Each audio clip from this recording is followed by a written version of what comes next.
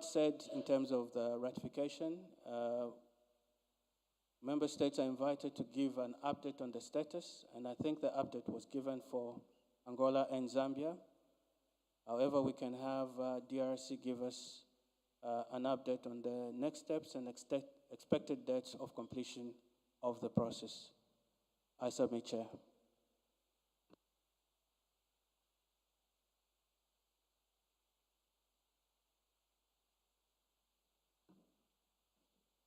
Obrigado, Secretariado.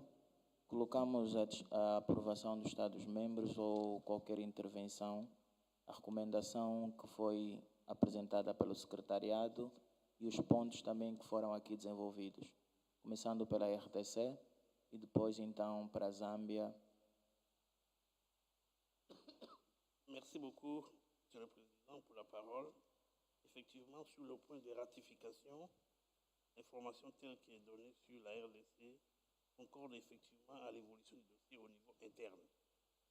Simplement, dans le tableau de l'état d'avancement, j'aimerais bien qu'on puisse reformuler la colonne de prochaines étapes. Au niveau de la RDC, le processus interne passe par, après que le projet d'accord sera débattu ou présenté en Conseil des ministres, là, après le Conseil des ministres, on va transmettre ça au niveau des deux chambres du Parlement. Il y a la chambre basse et la chambre haute. La chambre basse, c'est le Parlement, l'Assemblée nationale, et la chambre haute, le Sénat.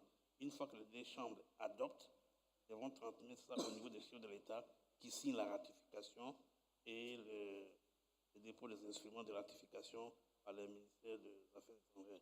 Et donc, j'aimerais bien vraiment que, au niveau, dans le tableau relatif à l'état d'avancement, on puisse reformuler, ou je veux verser au secrétariat la reformulation relative aux prochaines étapes.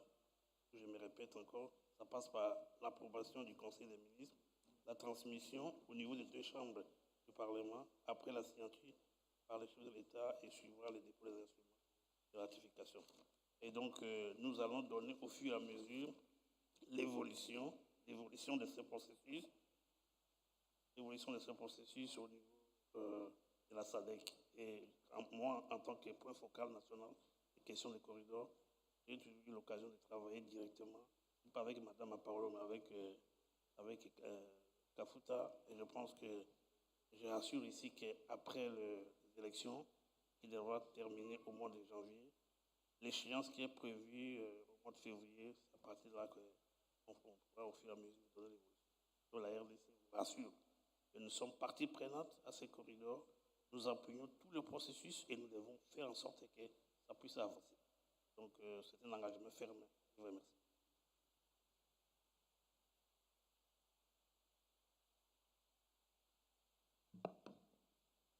Muito obrigado, RDC, pela explicação. Passamos então a palavra aos nossos irmãos zambianos.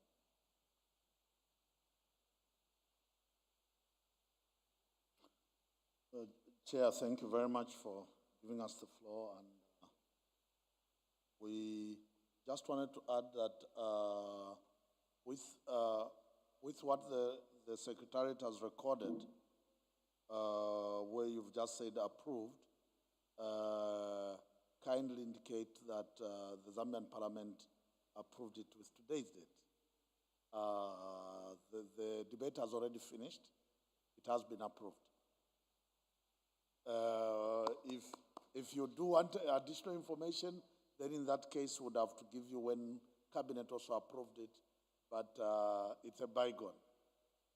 So what we can promise you is we'll have the letters with our Minister of Foreign Affairs by next week to ask them to deposit the instruments of ratification with the SADC Secretariat. Thank you, Chair.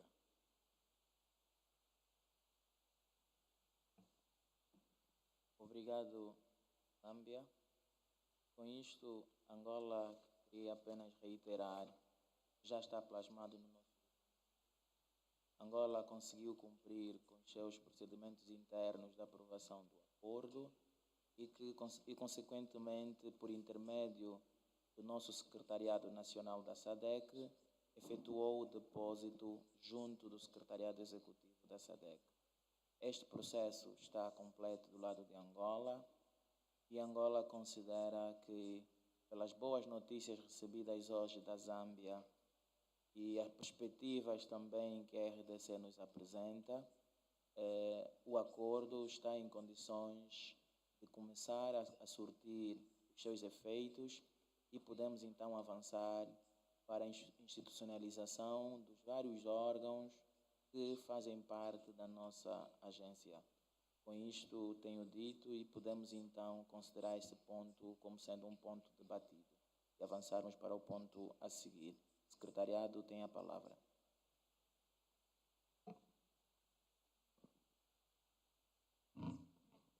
Thank you very much. And just for completeness, it means we have to have a recommendation. And this is a proposal from the Secretariat. First, it will be to congratulate Angola for having deposited, because they have done it. They have concluded the process, they have deposited. And I think what we will do as the Secretariat, through the Executive Secretary, will inform the corridor member states. There will be an official letter from the Secretariat. The second commendation or congratulatory message will go to Zambia for concluding this, and we will indicate that the process was concluded on the 14th. That will go into the recommendations. I don't know how you will feel, but again, we want that instrument to be deposited. So I don't know whether you would want to be urged, and I'll tell you why I'm saying this. Botswana, they said they concluded the process of ratification, but we received the instrument after 6 months. So I don't know whether Zambia would want to be urged to deposit as soon as possible. And then obviously the last one will be it's a word of encouragement where we are urging DRC to conclude the process, and perhaps we could propose a deadline. I don't know whether February is still okay to say to deposit by end of February. Would that be okay? Would that be fair? I submit, Chairperson. Those will be the concluding recommendations for that item. I submit. Thank you.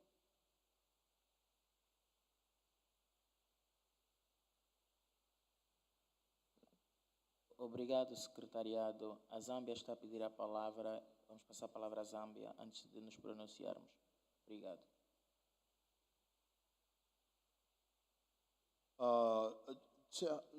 Just for the record of the meeting, Zambia can be encouraged to conclude. But I wanted to tell my brothers from Congo that I know that we are in various corridors together. And at some point we messed up over the Walvis Pendola Lubumbashi. It has also been approved by Parliament. I know it's a 13-year delay, but we have taken most of this work more seriously, and we are pushing the agendas for all of them. For the Secretariat, if it makes the SADC happy, we've also found the documents for the clearance for Zambia to sign the Beira Corridor and the North-South Corridor. So there's a lot of good news on the table, but if you want to urge us as Secretariat, please do encourage us to finish off the process. We are making sure we are not leaving any T's not crossed or any I's dotted.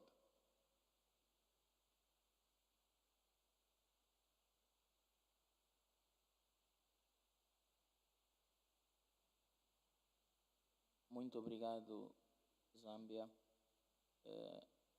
A presidência considera importante termos em nota as recomendações que foram aqui apresentadas pelo Secretariado da SADC, porque assim nós conseguiremos fazer um seguimento direto em termos de calendários ou datas para que nós consigamos cumprir com esse processo que já há algum tempo se arrasta, né? Recordamos que o acordo foi assinado em 27 de janeiro de 2023.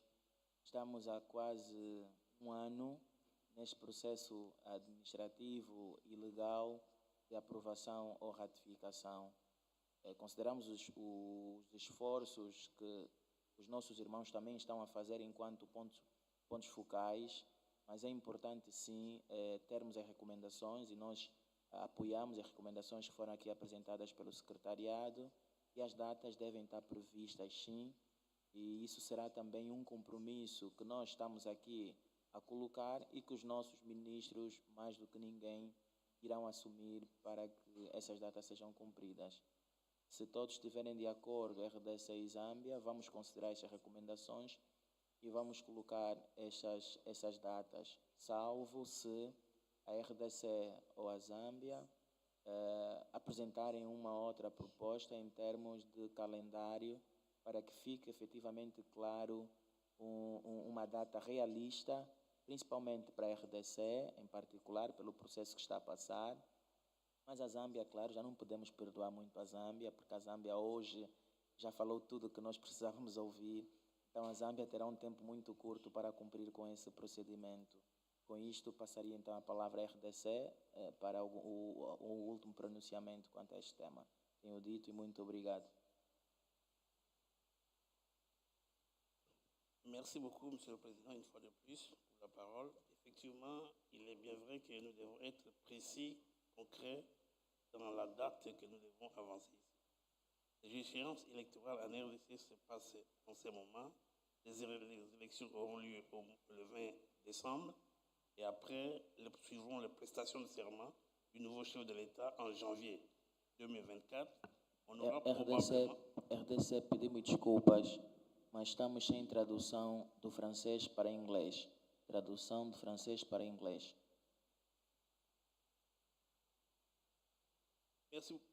Merci beaucoup, Monsieur le Président. Je disais que dans cet exercice, nous devons être concrets en donnant une échéance plus concrète aussi, que ce que nous disons traduise la réalité, la vérité. RDC, pedimos desculpas. RDC, pedimos desculpas. Equipa técnica, estamos sem tradução do francês para o inglês. Zâmbia consegue ouvir a tradução do francês para inglês? Merci beaucoup, Monsieur le Président. J'étais en train de dire que... Mr. Roger, just 1 second, please. Zambia? Yes, the English version has started. Vamos só fazer a última verificação aqui. O secretariado está sem a tradução do francês para o inglês. Vamos fazer a última verificação. Ok, podemos avançar. Mr. Roger, pedimos desculpas e pode então começar. Merci beaucoup, Monsieur le Président. Je voudrais faire une proposition en termes d'échéance, une proposition beaucoup plus réaliste. Parce qu'en ce moment se déroulent dans le pays les élections. Et les élections auront lieu le 20 décembre. Après le 20 décembre, il va falloir que le nouveau chef de l'État, le nouveau président élu, prêtera le serment à partir du 20 janvier. Et une fois le serment prêté, le nouveau gouvernement entrera en fonction probablement à partir du mois d'avril ou mois de mai.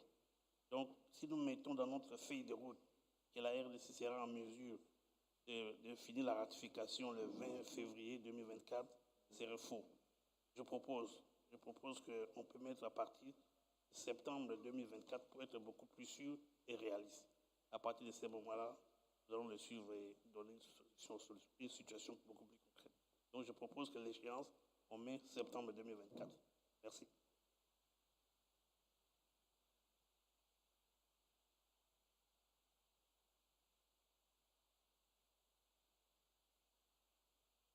E mesmo nas outras recomendações também devemos numerar e apresentar o título de cada uma delas.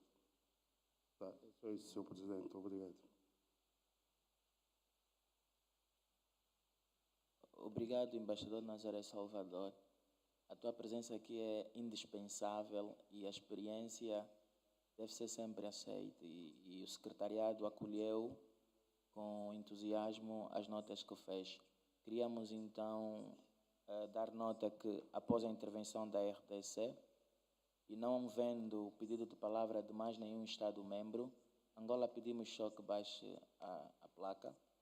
Não vendo pedido de palavra de mais nenhum Estado-membro, podemos considerar aceite a proposta de data mais ou menos realista que foi apresentada pela RDC, que é setembro de 2024, tendo em conta que nós confiamos no nosso irmão Roger, que tudo vai fazer para que esta data seja mesmo só uma data que fica aí prevista, que antes desta data seremos informados de que a RTC conseguiu completar o processo. Estamos cientes e firmes que o vosso processo eleitoral vai acontecer de forma tranquila e que muito rapidamente o engajamento do vosso Estado será muito forte para que este acordo seja ratificado. Com isto, nós queríamos saber, mais uma vez, se o secretário tem alguma nota adicional.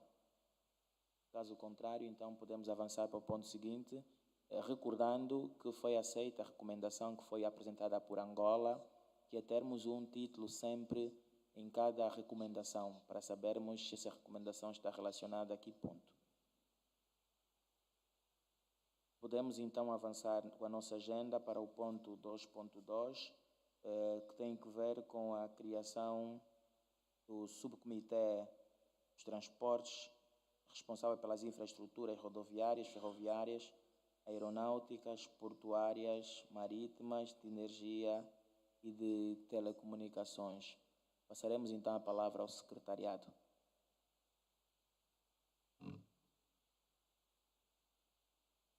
Thank you very much, Chair. Thank you very much, Chair. Item 2.3, which is the transport subcommittees. The meeting is invited to note that the subcommittees in transport will be responsible for harmonization of measures, laws, and regulations in the road, rail, aviation, port, and marine subsectors. And this will also include ICT and energy infrastructure development to support the transport sector. The meeting is invited to also note that the harmonization of the transport subsectors will be guided by the existing SADC tripartite model laws in road and rail. So item 2.31 and 2.32 speak to these railway standards. So the meeting is invited to note that SADC Secretariat has already developed these model laws, which will guide the process of development in these two sectors.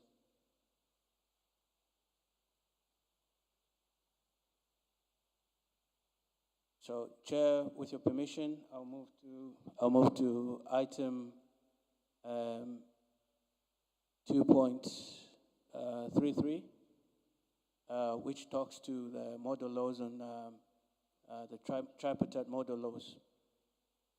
So the meeting is invited to note that the TFP has done some comprehensive work towards the development of the road sector. And the areas are as follows: the multilateral cross-border road transport agreement, the vehicle load management agreement, the cross-border road transport model law, the road traffic and transport transgression model law, the vehicle load management model law, the transport of dangerous goods by road model laws. So these will be the guiding texts for the development and harmonization of the road sector. Chair, with your permission, I'll move to item, I think I submit before we move to the next subcommittee. Thank you.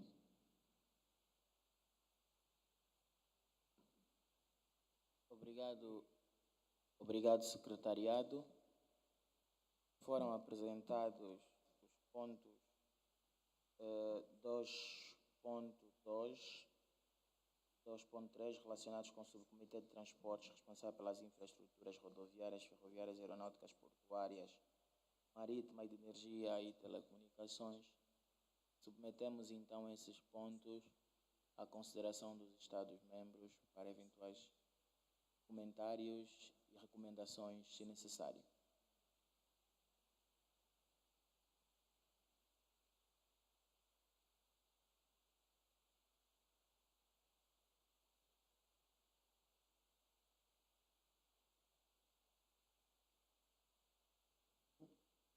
Est-ce que la RDC peut réagir par rapport à ça?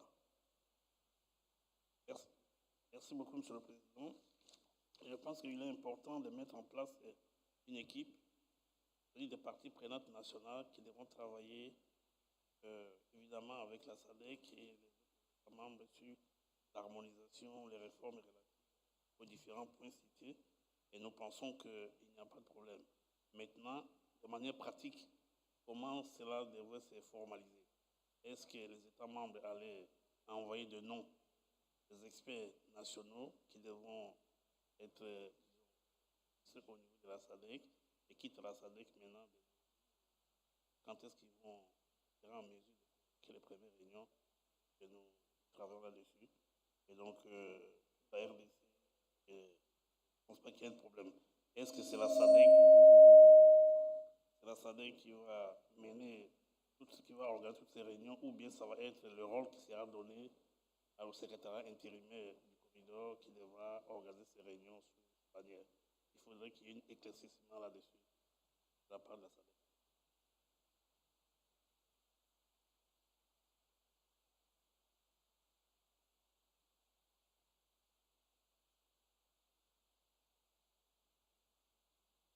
Thank you, Chair. When the Secretariat was presenting this section, what I see is I thought we would talk more towards the transport tripartite agreements, because we have done these model laws. So as part of the preamble of this section, these model laws are done by us as SADC members. So under this section would say we acknowledge the model laws that are done under SADC, and thereafter list the different tripartite agreements that we need to work on. And that's what needs to come out as the recommendation, that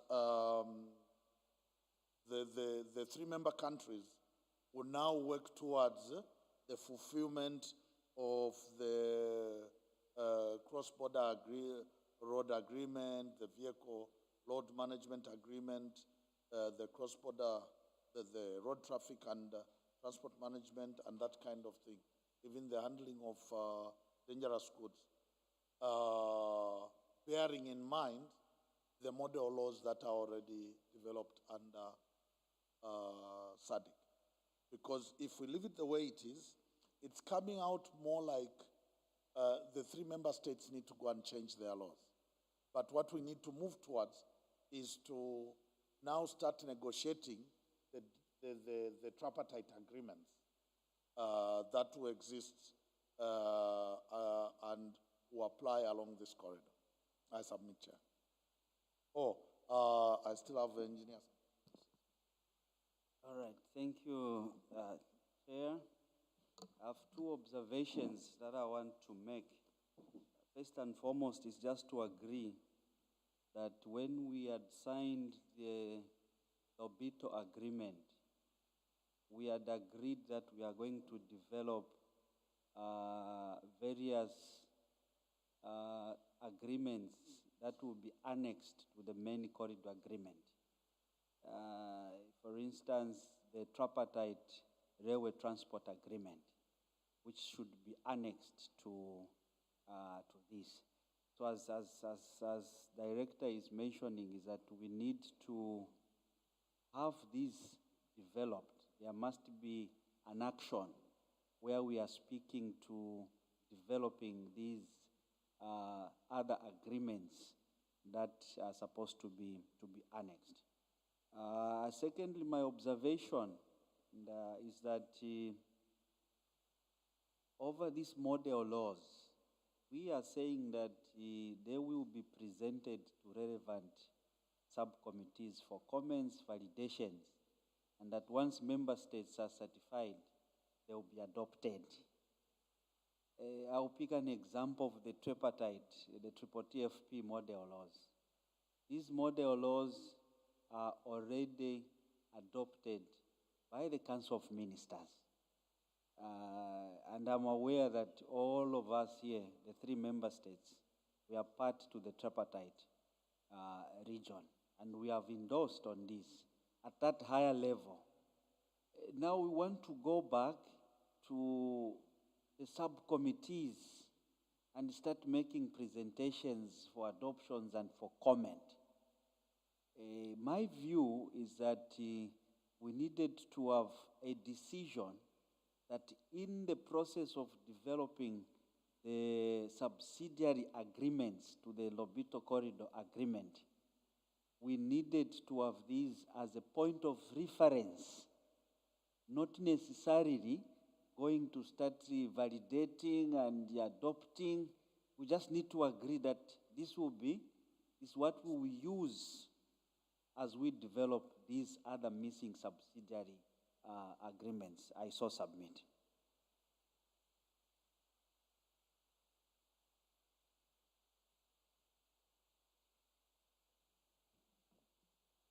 Obrigado, RDC.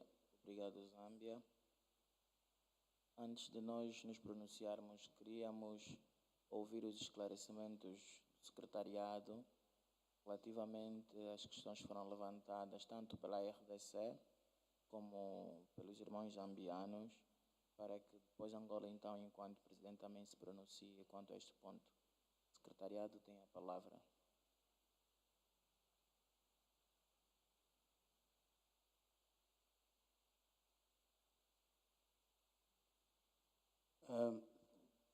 Thank you very much, Chair. Chair, we've taken note of comments made by both DRC and Zambia. And the text, and we agree, and we've noted, and we will ensure that the recommendation reflects the adoptions and proposals by Zambia and DRC to ensure that,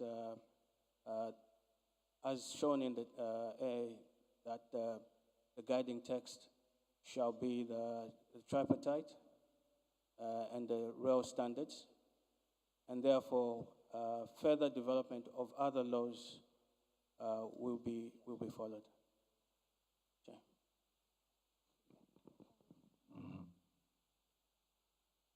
Thank you very much, and thank members for guidance in this matter.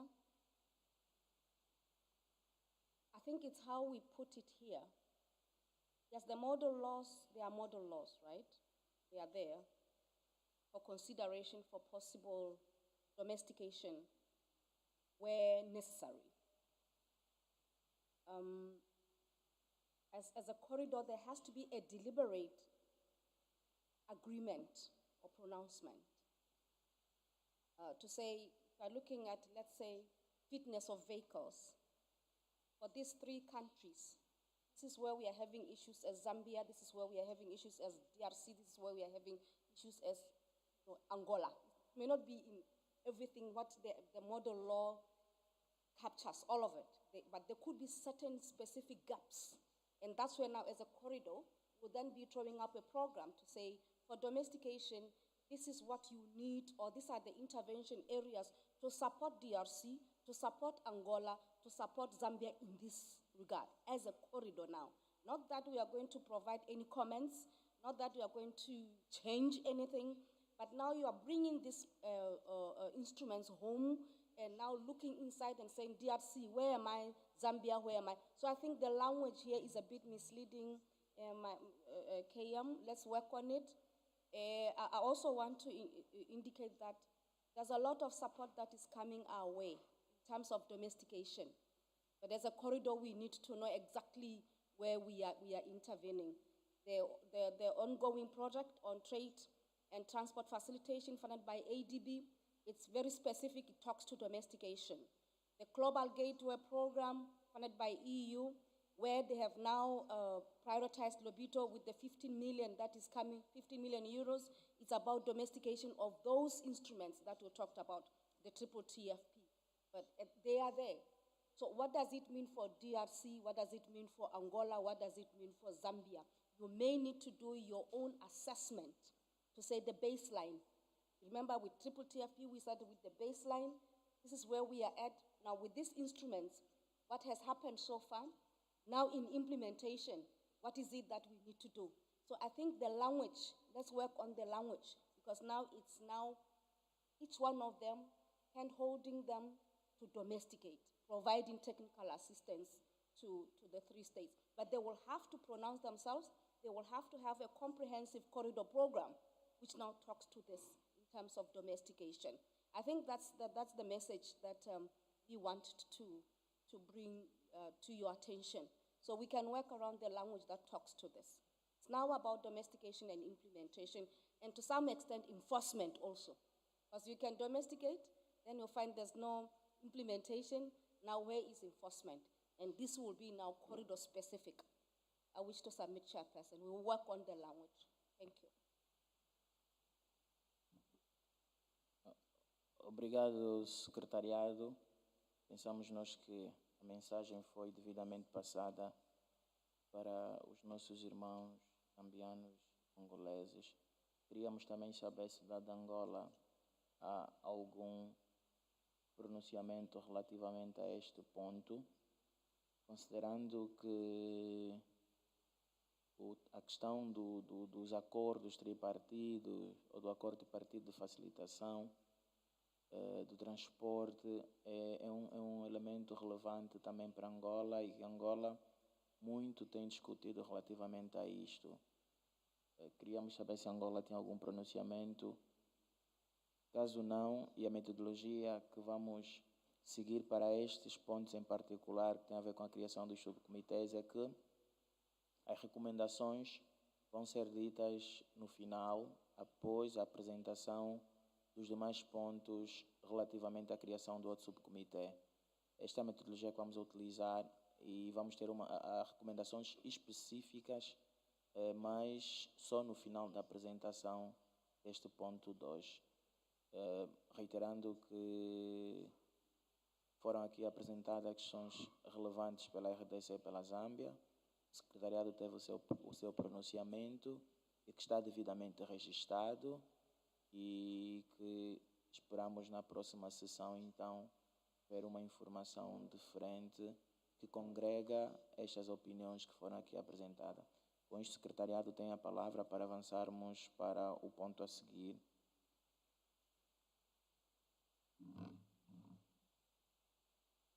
Thank you, Chair. Chair, with your permission, I'm moving to item 2.4, Trade and Value Chain Subcommittees. The meeting is invited to note that the Subcommittee on Trade and Value Chains will be responsible for trade, the development of economic cluster, value chains, and market linkage in agriculture and mining. So 2.41, the trade model laws. The meeting is invited to note that the harmonization of trade will be guided by the existing SADC protocols on trade, 1996, as amended in 2010. The protocol envisions the establishment of a free trade area in the region. 2.4.2, the meeting is also invited to note that harmonization in trade will further be guided by the SADC protocols in trade and services. And Article 30 of the SADC protocol on trade and services provides for that the protocol shall enter into force 30 days after deposit of instruments of ratification by 2/3 of the member states. So this has already been entered into force. The meeting is further invited to note that Zambia has already ratified this protocol, while Angola and DRC are in the process of ratification. Item 2.4.3, economic cluster development and value chains. The meeting is invited to note that the SADC has developed a protocol on industry and other related frameworks, the harmonization of measures, laws, and regulations for industrial development in mining and agriculture sectors. The meeting is also invited to note that SADC protocol on industry will provide guidance to member states' collaboration in implementing corridor infrastructure projects in support of industrialization and industrial clusters across borders to promote trade. Item 2.4.4, that is market linkages. The meeting is invited to note that the LOBITO corridor, through the approved roadmap, will provide technical assistance towards market linkage through transboundary workshops, which will be hosted by each country, corridor member states, with the support of the LOBITO corridor trade facilitation projects. So this will be bringing private sector in the mining and agriculture sector together, including government stakeholders. 2.5, the meeting is invited to recommend to the Executive Committee to approve the following. 1, establishment of the Transport Subcommittee. 2, establishment of the Trade and Value Chain Subcommittee. And 3, the date of the first meeting of the subcommittees. Chair, I submit. Just to indicate that we might have been too narrow in terms of the frameworks that do exist. And I think it will be the work of these committees, to have a pipeline or a database. There's a lot that is happening in SADC on trade-related matters and customs and what have you. There's a lot that is happening in COMESA. Yes, we are aware Angola may not necessarily be a member of COMESA, but Zambia and DRC, they are members of COMESA. So we need to have a database of these and be able to position our corridor in terms of a harmonization processes. So I just wanted to bring this up. Thank you.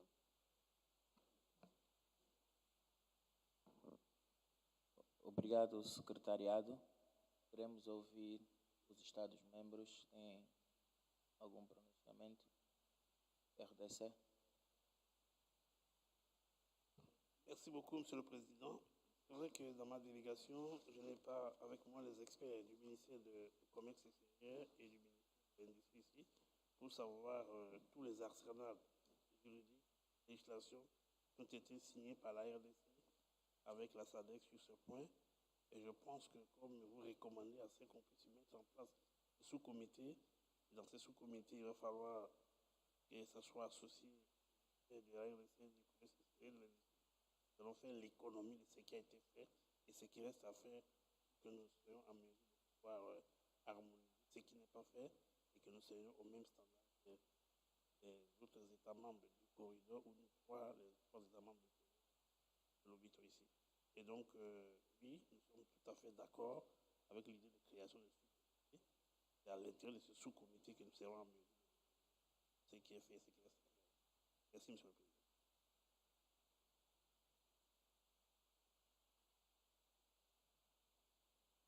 Obrigado, RDC, Zambia.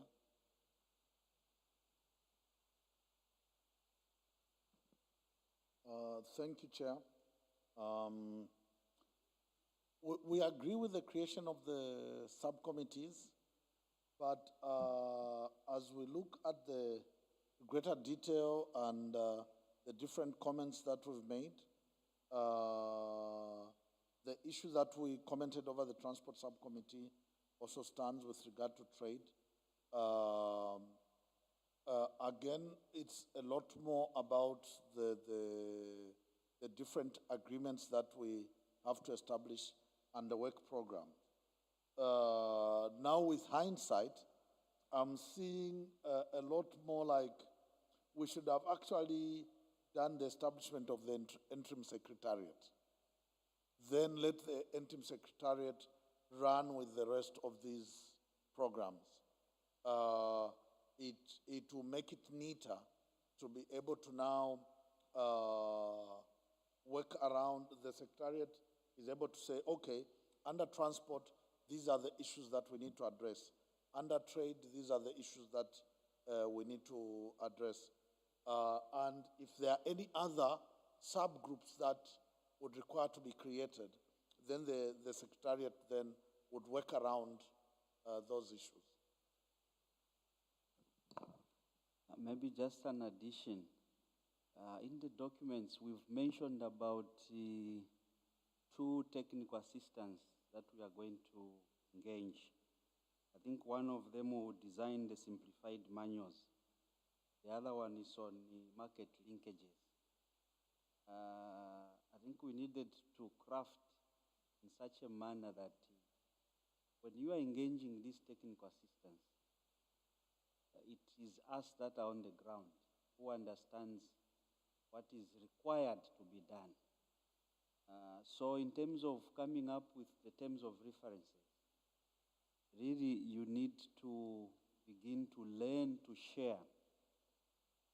Because what we have seen in the past is that just see someone comes where we have not even participated into what he's supposed to be doing. So perhaps we needed to consider that when we are engaging these technical assistances, as member states, we are supposed to be consulted on what the TA is supposed to bring out, because it's us that understands what is on the ground. And secondly, Chair, there is protocol on trading services where we are saying that Zambia has ratified protocol. And you are mentioning that DRC and Angola in the process. Perhaps we need to encourage, I may borrow the terminologies from Director Mafalao, to encourage that the 2 member states can expedite the ratification of this protocol. Submit.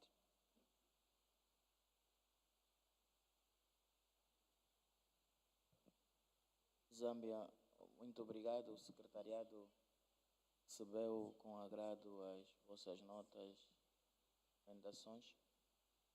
Estamos a ver Angola, pela palavra. Sim, Angola. Muito obrigado, Sr. Presidente. Nós, Angola, também concordamos com a criação desse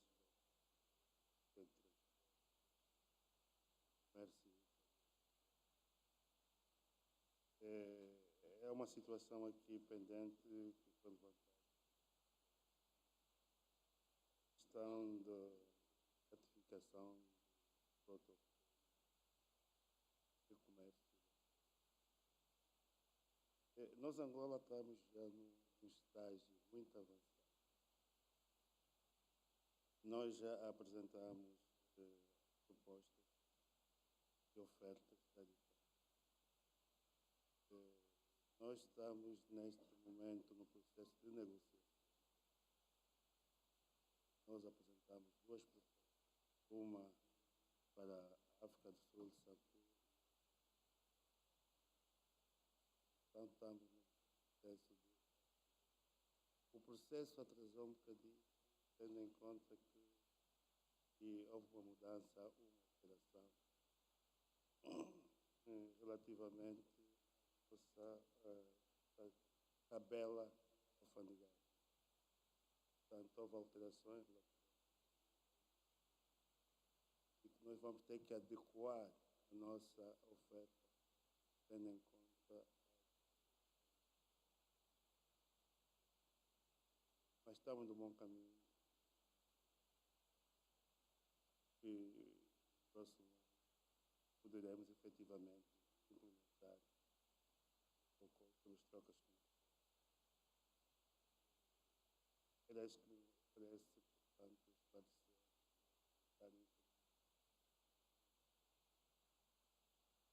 também gostaríamos, portanto, mais uma vez, a exemplo do ponto 1, escrevemos, portanto, recomendação número 2, o título do Comitê de Transporte. Mas aquilo também que eu vi pelos Estados Unidos, penso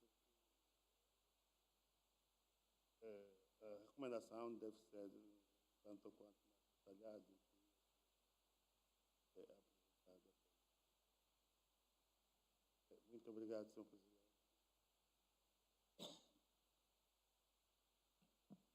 Obrigado, Angola. O secretariado recebeu e anotou todas as observações que foram feitas pelos Estados-membros, pelo que é necessário fazermos melhoria nas nossas recomendações e que tem que observar as várias notas e as várias observações que foram feitas pelos Estados-membros. É importante aqui, como presidência, lembrar uma preocupação que foi levantada pela RDC e que está intimamente ligada a estas recomendações que hoje ainda fazem parte do nosso documento. A RDC levantou uma questão fundamental, que é quem vai efetivamente coordenar esses subcomitês, porque a constituição dos subcomitês é um elemento importante, mas deve haver um ente de coordenação geral dos subcomitês. E pensamos nós que no decorrer da nossa reunião e quando abordarmos o ponto relacionado com o secretariado interino, aí sim poderemos ver essa questão respondida. Mas é importante que todos nós tenhamos atenção que não basta apenas a criação dos subcomitês, mas é preciso criar a estrutura de coordenação dos subcomitês que nós consideramos relevantes para o arranque da nossa agência. Com isto tenho dito e pensamos nós podemos considerar esse ponto apreciado com todas as observações que foram feitas e que o documento deva ser melhorado tendo em conta essas notas dos Estados-membros. Penso que o secretariado anotou corretamente e a presidência também fez as suas devidas anotações. Desta feita, nós podemos então avançar com a nossa agenda e passaríamos para o ponto 3, relacionado então com a criação do secretariado interino ou provisório, que na prática visa responder à questão principal da RDC e que é relevante, sim, para concretizar o objetivo do ponto anterior. Daí passamos então a palavra ao secretariado relativamente ao ponto 3.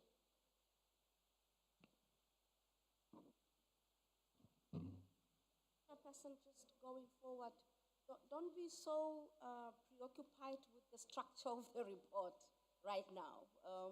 This is a technical session. We had anticipated that things could be moved around, things could be deleted, because it's a working technical committee.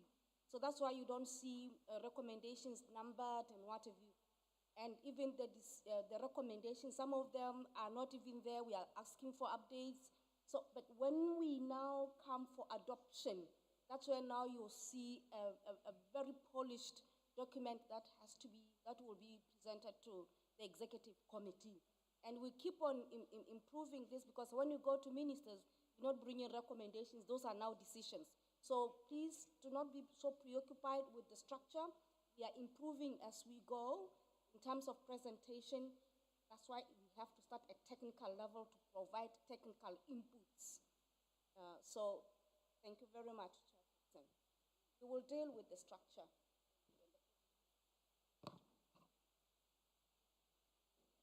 Muito obrigado, secretariado. Vamos então avançar para o ponto 3.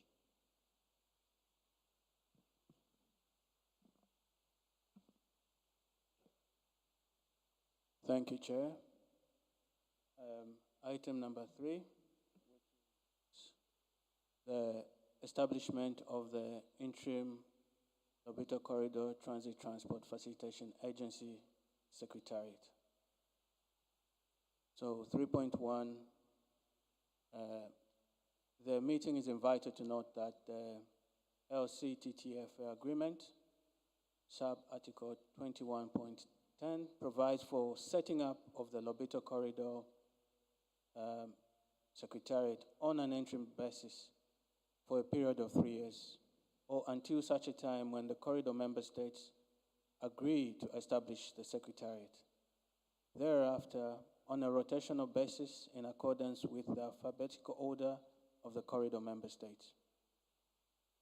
3.2, the meeting is also invited to note that sub-article 21.11 of the Lobito Corridor Transit Transport Facilitation Agreement provides that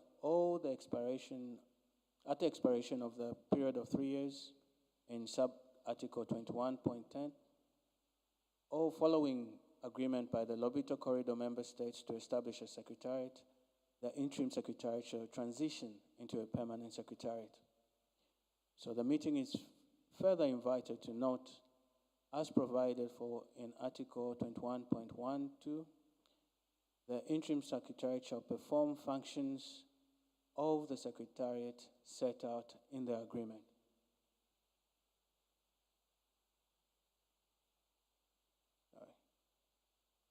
So item 3.3, which is a concept note on the establishment of the interim secretariat. The meeting is invited to note that the SADC Secretariat led a delegation of stakeholders from the Lobito Corridor member states on a benchmark tour on the War-Visper Corridor on the 31st to the 4th of November. This was in order to learn and acknowledge the accomplishments on the corridor. The meeting is also invited to note that the benchmark tours set to take place on the Central Corridor was postponed to next year. So the meeting is further invited to note that a concept note was developed, a skeletal concept note was developed based on the benchmark tour of the War-Visper and other corridor experiences. The concept note spells the organogram of the Lobito Corridor Trade Facilitation Agency as provided for in the agreement.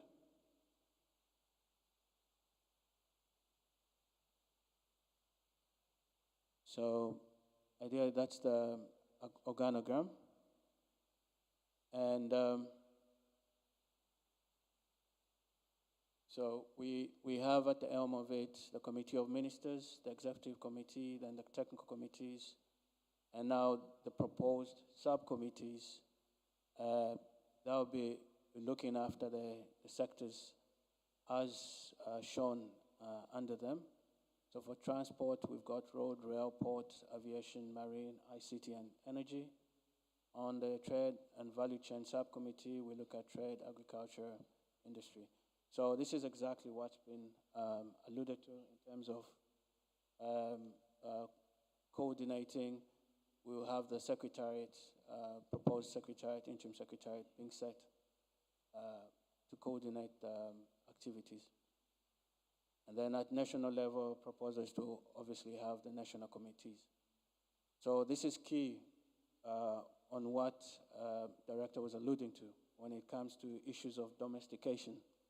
I think the national committees are very key in ensuring that domestication is achieved.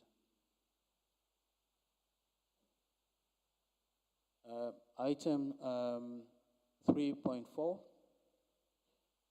sources of funds, budget and stability strategy, sustainability strategy. So the meeting is invited to note that a corridor sustainability strategy will be developed upon completion of all corridor benchmark tours in the first quarter of 2024. The strategy will be derived from insights gained from the studies conducted in the past of the 4 corridors.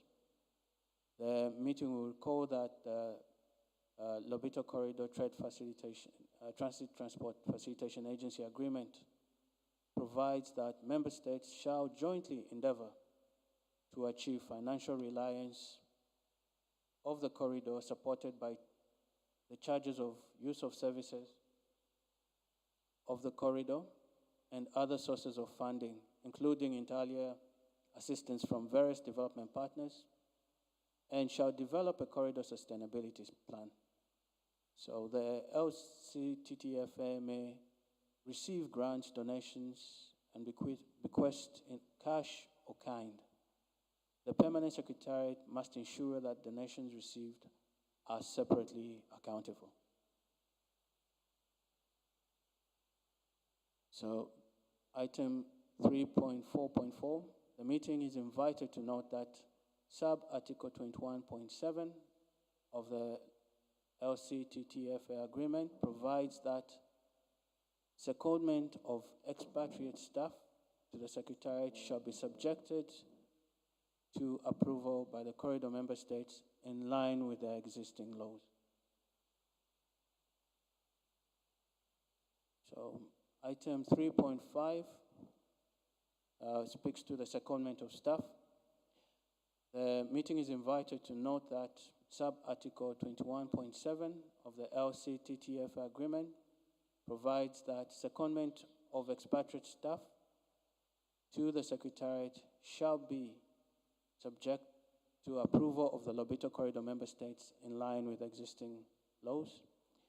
The meeting is also invited to note that the concept note proposing establishment of the interim Secretariat is recommending 4 positions with executive secretary as head by supported by 3 specialists.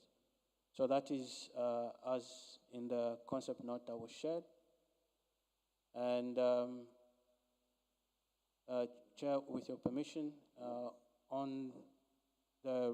we've got item 3.6 as an introduction, which I can go to.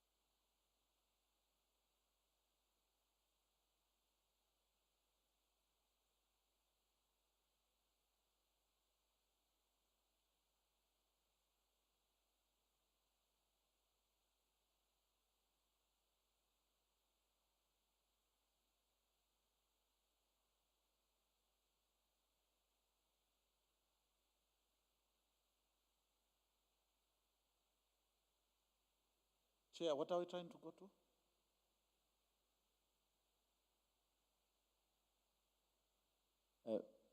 O secretariado vai comentar relativamente a este ponto e fizemos aqui um ajuste técnico que é em função do dispositivo que estava a ser utilizado para a projeção do documento.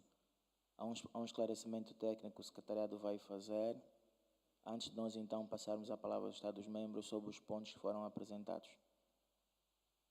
Então, logo o secretariado concluir a apresentação, nós iremos passar a palavra aos Estados-membros.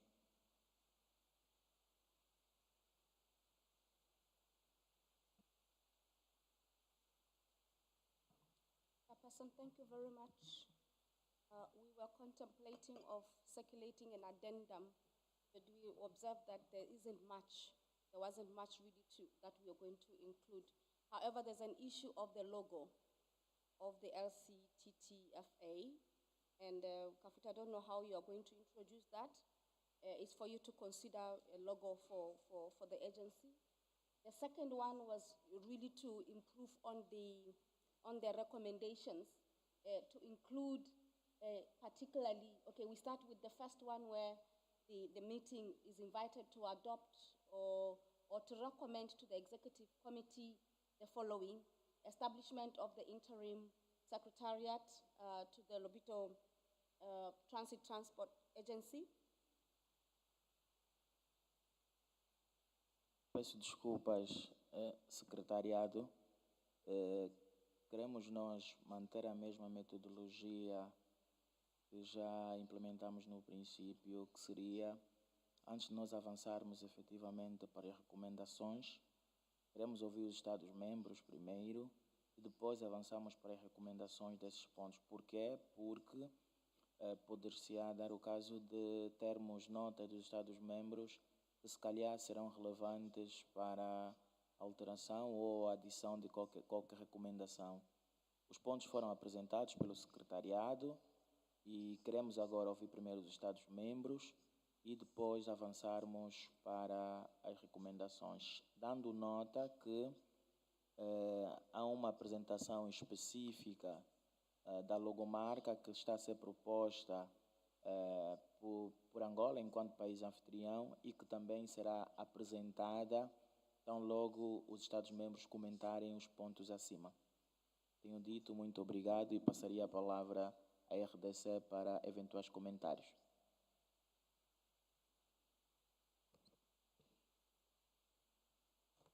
Merci beaucoup, Monsieur le Président, pour la parole, excusez-moi.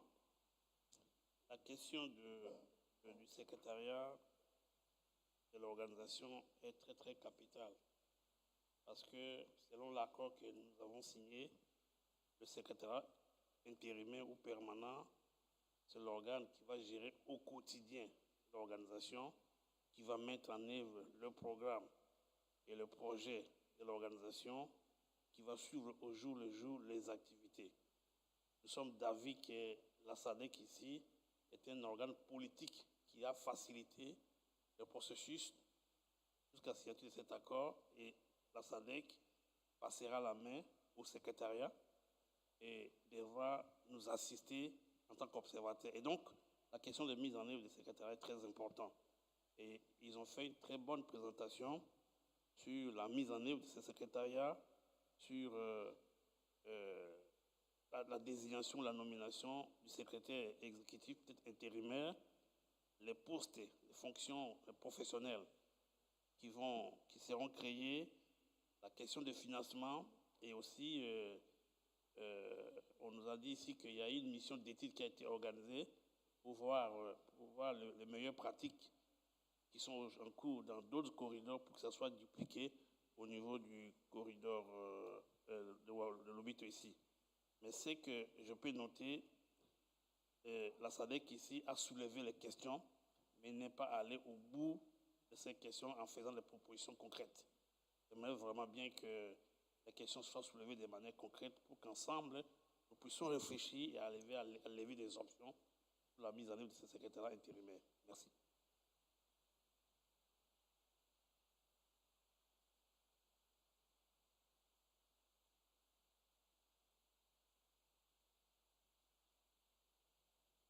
Zâmbia tem a palavra. Obrigado, RDC. O secretariado depois irá reagir. Zâmbia.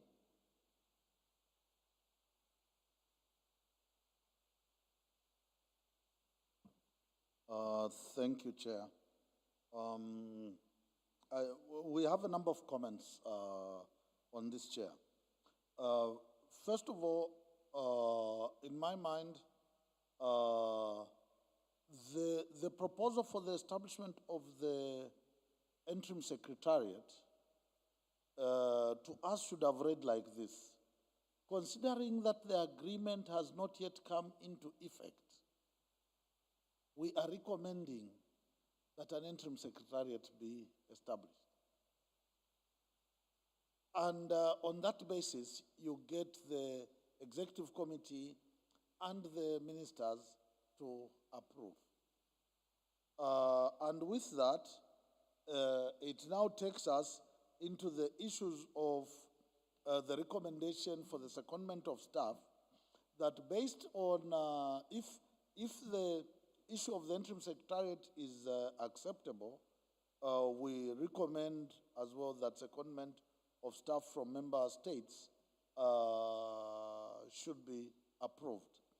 And once approved, the interim secretariat will send letters to the member states to invite them to be able to send over names that would be considered. To me, I think that would be a neater way of sorting out this so that you are focusing on the interim secretariat coming to life. And then the issues like the logo and these other issues will be dealt with by that interim secretariat, including who shall be in the different committees, the schedule of meetings, and that kind of thing, the plan of work, what projects should be looked at, and that kind of thing. I think that's what also Congo is saying, that we need to be able to, for me, most of this meeting should have been about the interim secretariat, bringing it to life, then letting them, the interim secretariat, run with the programs of action that are required to move forward. Let me also just add, since this is a technical meeting. Just to say, I was coming to that. I'll forgive Director as head of delegation. But the rest of the colleagues, as you come in, let's work on this technically. Let's come up with solid proposals. No questions to the Secretariat. Just gave you something to think about, that you really need to dig in. Let's do this together. Thank you.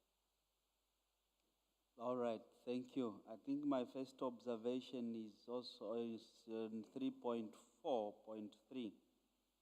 where we want to engage again the technical assistance towards the development of a corridor sustainability strategy. I think the comment will still stand as previously, that we need to have the TORs, need to have our input in the TORs. Secondly, we are talking about achieving the financial self-reliance system supported by the user pay principle.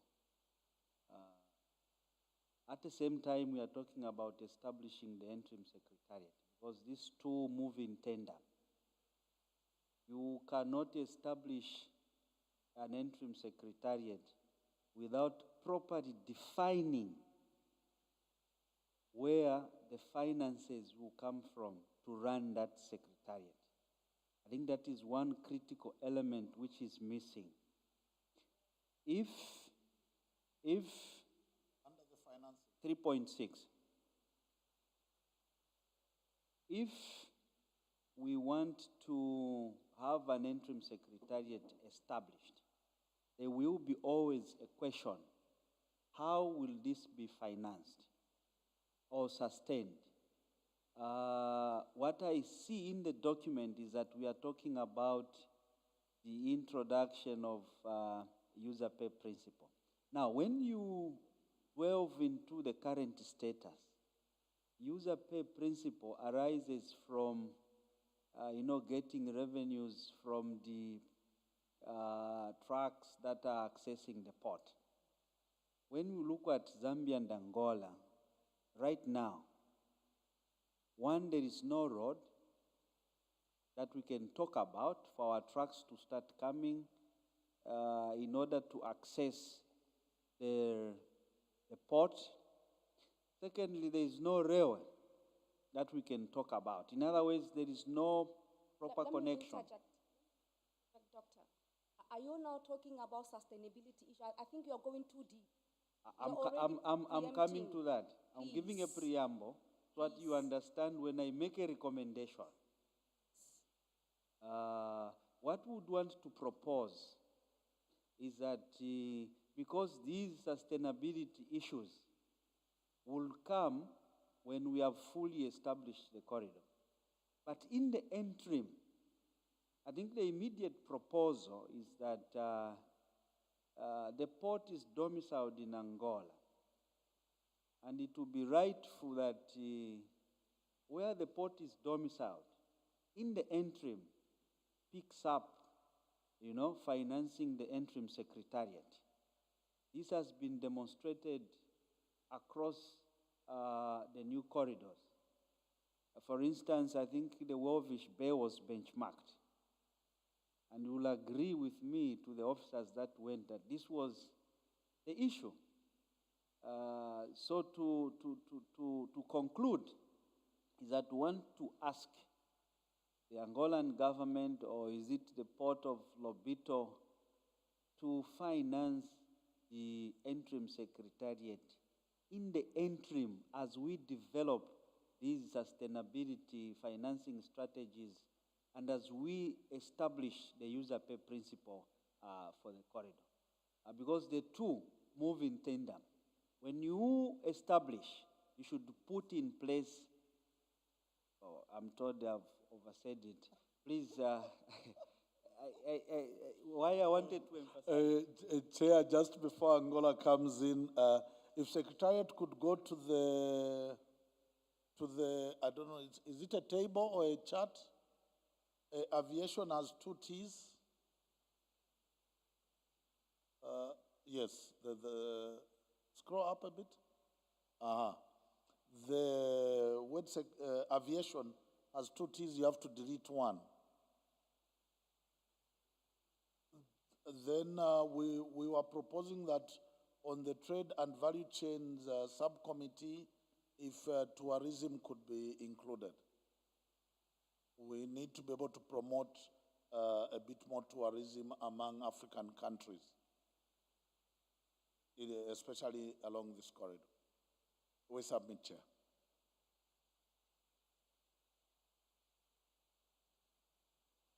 Obrigado, Zâmbia. Angola pediu a palavra. Tem a palavra, Angola. Muito obrigado, Sr. Presidente da Mesa. Algumas das nossas preocupações já foram cobertas pela equipa da Zâmbia, principalmente em relação ao financiamento, mas é nosso entendimento que sim, também estas questões devem ser apresentadas pelo secretariado interino após a sua constituição.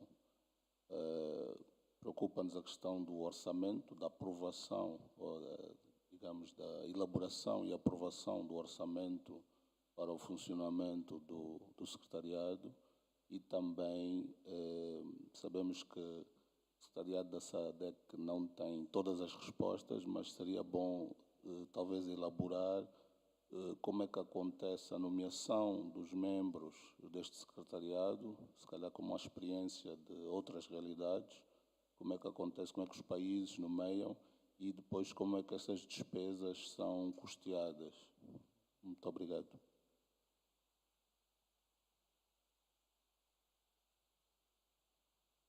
Obrigado, Angola. E pensamos nós que as observações aqui feitas estão todas devidamente registradas, e é importante reiterar o que foi dito aqui pela nossa irmã Mapolau. Nós estamos aqui nessa reunião de peritos e temos que ter a capacidade mesmo técnica de abordarmos com algum detalhe determinadas questões, mais do que submeter questões ao secretariado, mas também apresentar propostas para que consigamos ter uma visão e um posicionamento consensual relativamente às várias temáticas que estão aqui a ser abordadas. É de sinalizar que os 3 Estados-membros efetuaram, sim, a visita ao corredor do Elvis Bay, foi feito um diagnóstico, e essa visita de benchmarking foi com um propósito muito específico, e pensamos nós que temos que usar da experiência e daquilo que foi captado para desenvolvermos também o nosso projeto. E sabemos nós também que os Estados-membros estão muito preocupados com a questão de financiamento desta entidade, e muitas das vezes olhamos sempre o Estado anfitrião, mas na prática não é esse o propósito, olhar para o Estado anfitrião, é olhar para todos os Estados que fazem parte do acordo, de forma junta e de forma comum, encontrar um posicionamento firme daquilo que vai ser, então, o financiamento, o orçamento e a forma de cobertura de todas as despesas para o arranque da nossa agência. Reiteramos que o secretariado anotou todas as observações. Temos o dia de hoje ainda para refletir, porque amanhã temos a reunião do Comitê Executivo, e o dia de amanhã também para permitir com que as reflexões feitas hoje possam ser ainda apresentadas e enriquecer o nosso documento.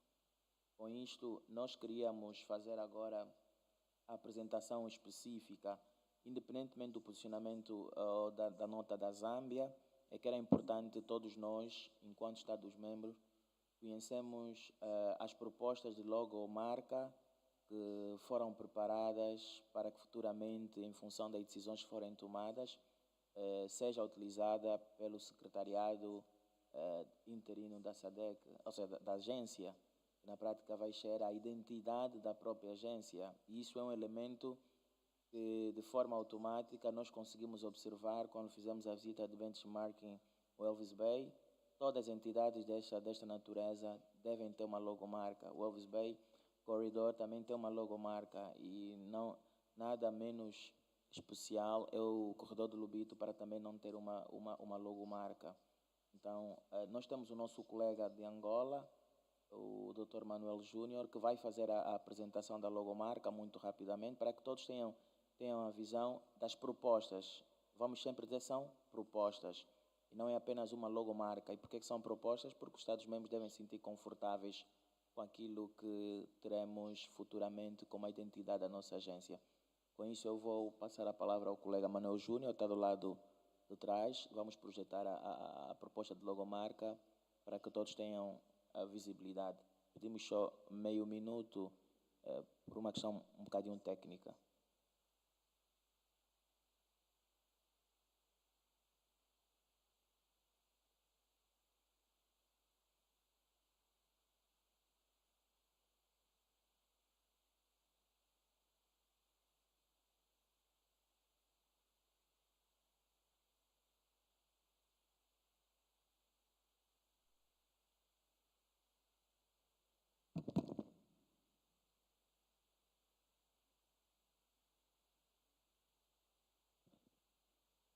Muito obrigado, Senhor Presidente, distintos delegados dos nossos países irmãos,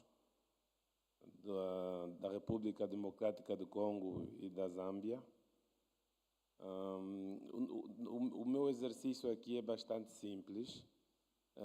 Conforme nós podemos identificar ou verificar, nós desenvolvemos um branding daquilo que está a ser a primeira reunião de ministros, do Comitê de Ministros da Agência Tripartida de Facilitação de Transporte em Trânsito do Corredor do Lobito. Criamos essa estratégia de imagem, prevendo que haverão outras reuniões. Por isso, cimentamos um branding, incluindo um site específico onde será depositada toda a documentação e desenvolvimentos à volta do corredor nas 3 línguas dos países signatários. Ato contínuo desenvolvemos também porque achamos que é pertinente, embora não tenhamos aplicado, porque é preciso que haja consenso por parte dos países membros. Desenvolvemos 2 propostas de logomarcas ilustradas ali. Uma num formato retangular, com 2 pontas redondas, e uma num formato circular. As 3 logomarcas apresentam-se como nas 3 línguas, com as iniciais, em inglês, português e francês, podendo ser utilizado conforme a linguagem ou o documento emitido no país de origem. Portanto, é uma marca congregadora, simbolizando e visível ali as 3 bandeiras dos 3 países e também os subsetores que intervêm em toda essa cadeia de valor do corredor do Lobito, nomeadamente o ferroviário, o marítimo, o portuário e o logístico. Portanto, ela também apresenta as cores mais ligadas à região de Benguela, ao sul de Angola. Predomina, em alguns casos, a cor verde. E ainda não desenvolvemos, não avançamos com qualquer desenvolvimento específico de um branding mais profundo até ser validada a proposta aí apresentada. Portanto, se for consenso no futuro de adotarmos uma dessas logomarcas, que podem ser apresentadas tanto na versão horizontal como na versão vertical, passaremos então para o segundo momento. Isso certamente será uma responsabilidade do secretariado da agência de desenvolver e avançar com o desenvolvimento de um manual de identidade corporativa que vai albergar todas as aplicações da logomarca. Portanto, penso que era, em suma, isso que gostaríamos de explicar daquilo que foi o trabalho desenvolvido para o primeiro exercício, na verdade, para essas 2 propostas de logomarca. Muito obrigado e eu passo a palavra à mesa. Obrigado, Dr. Manuel Júnior. Queríamos desde já pedir desculpa aos Estados-membros também por alguma falta de nitidez do que deve estar escrito aí na proposta de logomarca, mas na prática o que está escrito é a nossa agência, a LOBITO Corridor Transport Facilitation Agency, e tal como foi explicado pelo meu colega, pode ser aplicado nas várias línguas de trabalho do nosso acordo. Não está tão nítido em função também do dispositivo que é utilizado, mas na prática isto está aí escrito. Com isto, nós, de qualquer das formas, também submetemos aos Estados-membros, aos peritos, para eventuais comentários e contribuições, reiterando que estas são propostas e a identidade de qualquer instituição ou de qualquer ente é fundamental e que temos a missão de, hoje, nesta sessão, enquanto peritos, dar as notas que são fundamentais e esperar que, no final, os Estados-membros, em sede própria, decidam qual é a logomarca que vão procurar desenvolver, porque elas estão apresentadas nesse formato, mas podem ser desenvolvidas e melhoradas em função das nossas necessidades. A Zâmbia está a pedir a palavra, não vejo a RDC a pedir a palavra, então passaria a palavra à Zâmbia, depois à RDC. Zâmbia, a Zâmbia nem sempre necessita de começar, ou seja, de passar para o último.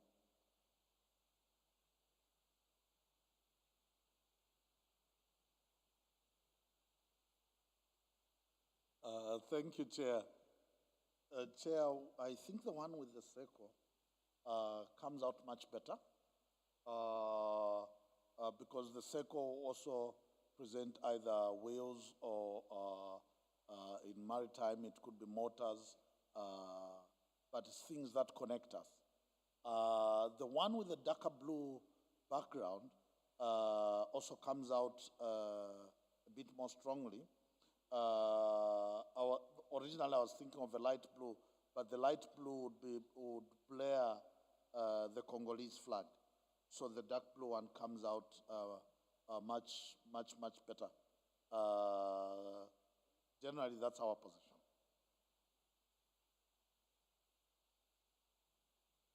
Obrigado, Zâmbia. RDC tem a palavra. Merci beaucoup, Monsieur le Président. En tout cas, sur la question de logo, je pense qu'il y a un spécialiste de marketing et de communication du pôle de LOBITO autour dans cette salle qui peut mieux encore nous conseiller parce que le logo, c'est le symbole de la visibilité, le symbole des liens, de coopération. Ça résume tout.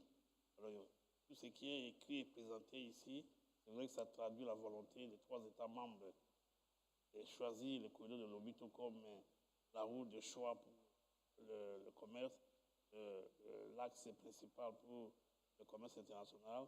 Tout ça doit refléter. Et je pense que, comparativement aux autres corridors que nous avons aussi déjà l'habitude, où on a déjà signé les accords, c'est presque la même chose. Je pense que nous pouvons l'adopter, mais si les gens de communication et de télémarketing, qui sont des spécialistes en la matière, ils peuvent aussi nous aider, nous conseiller, pour qu'on arrive à adopter ce qui est présenté ici. Merci.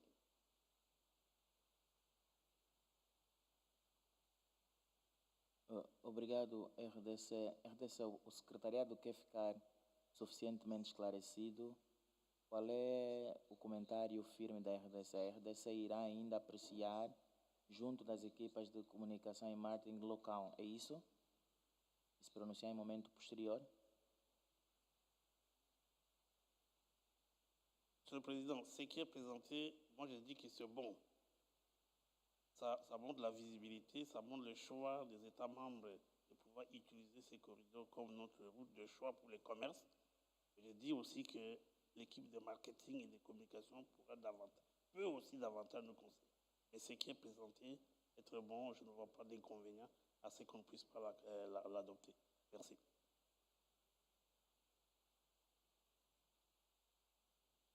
Muito obrigado, RDC. E a RDC, na prática, tem já registrado de que isso mesmo é uma proposta e que as equipas vão desenvolver em função da nossa decisão. Angola está a pedir a palavra. Angola, por favor. Obrigado, Sr. Presidente. Nós, Angola, gostaríamos, em primeiro lugar, de agradecer à equipe que trabalhou nessas duas propostas.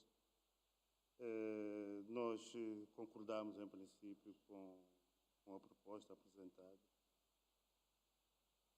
Mas, como disse também o nosso irmão da RDC,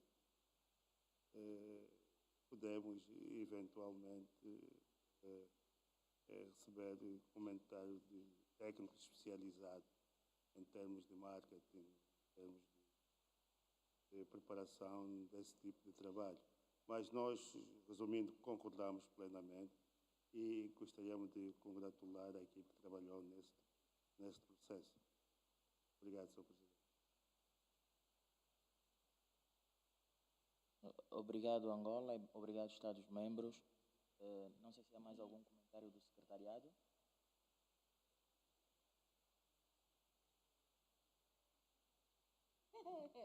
I just want to be naughty. Big picture. It's a development corridor. I just see surface transport there. So me, I'm thinking a big thing. Yeah? And if you look at the agreement, it's not just about facilitation of movement. Talking bigger things, energy improvements, connectivity, ICT, and what have you. So what is that says the development corridor, that big picture, that's where we are heading. It's just my humble submission. I know it's brilliant, but do we see any developmental side of it? You have pipelines coming on board, you have, others are, economic developments, your value chains, your what have you. When you look at that logo, does it give you that message? That this is where we are heading, a big picture. I just want to be naughty. Thank you, Chairperson. I hope you allow me.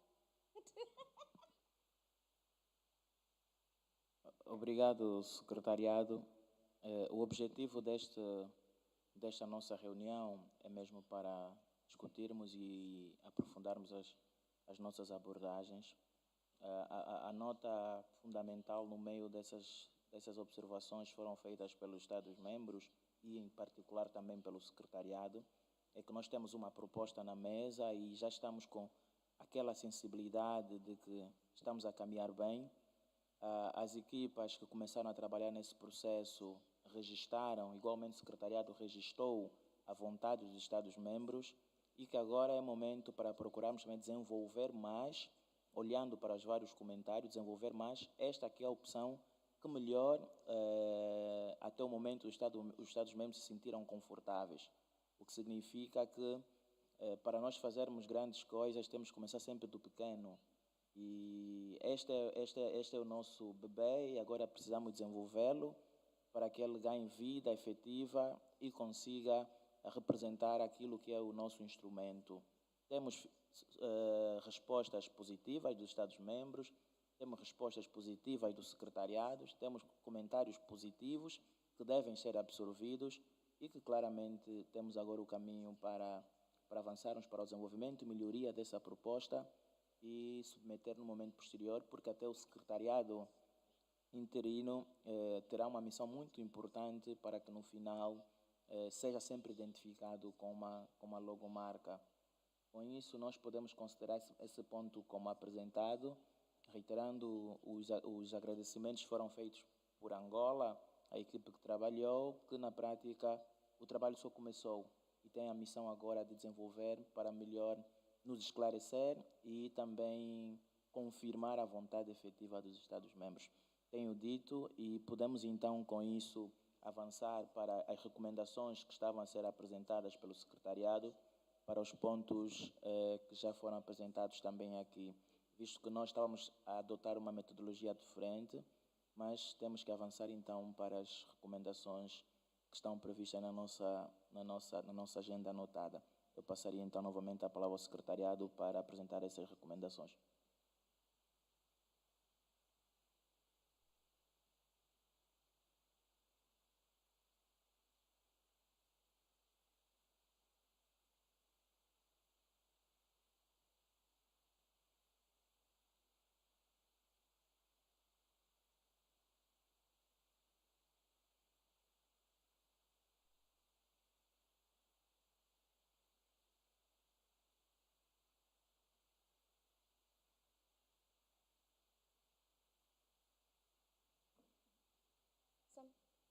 Yes, as it's preparing to come on board. There were some proposals from Zambia, especially interim financing of the interim secretariat. So I'm not sure whether it's something that has been discussed and agreed to by members. There was a very bold one to say, for the interim arrangement, can the government of the Republic of Angola consider providing that support, financial support?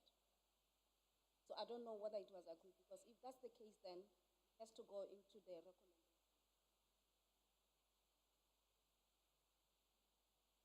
Secretariado, Angola, penso que se pronunciou relativamente a isso e dissemos que não se pode pensar que o país anfitrião ou o presidente deve assumir sempre as despesas para a concretização do projeto. Os Estados devem sentar e, de forma harmoniosa, devem pensar efetivamente nas soluções de financiamento da agência. A agência é tripartida, as responsabilidades são tripartidas a todos os níveis. Foi uma nota levantada pela Zâmbia, mas que o que fica registrado é que os Estados-membros devem pensar nas melhores formas de financiamento. Quem assume essa agência são os Estados-membros, não o secretariado da SADC. Então devem ser os Estados-membros também a apresentar as melhores soluções para o financiamento do secretariado. A Zâmbia está a pedir a palavra. Sim, Zâmbia.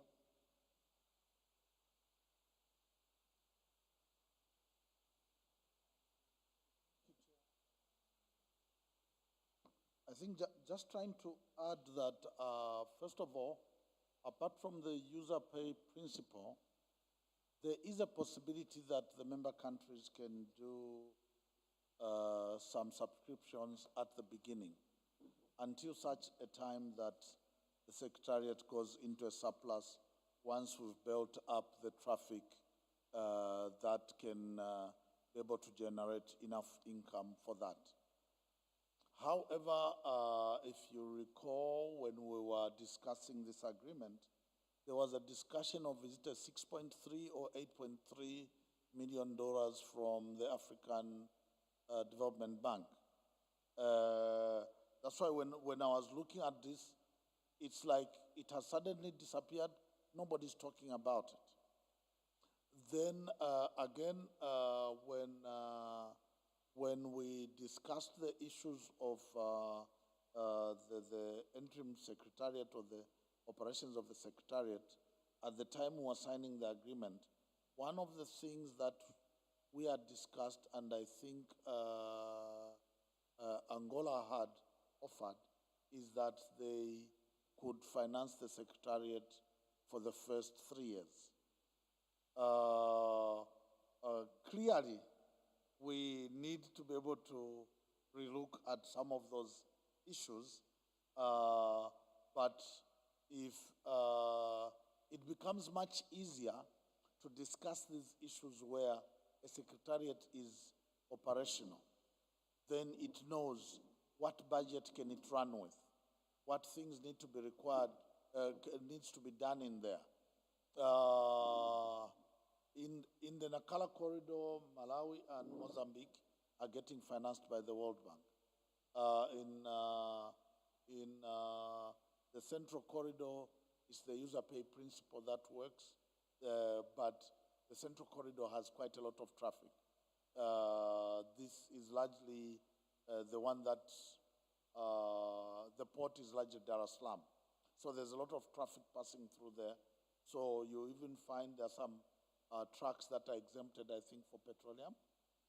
But the issues are, we need to be able to structure things that work for us as member countries. So if at this moment we put in that, we just need to be able to come and say the interim secretariat will look into this financing and give some proposals. Then there was a point that Angola had asked at some point on the issues of secondment of staff. In the Walvis Bay corridor, the secretariat is almost completely run by the Namibian government until the interim secretariat is established.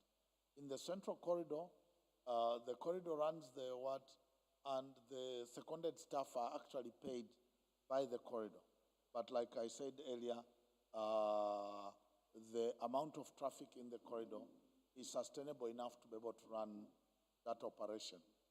So I would suggest with the user pay principle, we might have to suggest some initial subscription from member countries if we do not have a funder to be able to start the operations. Thank you, Chair.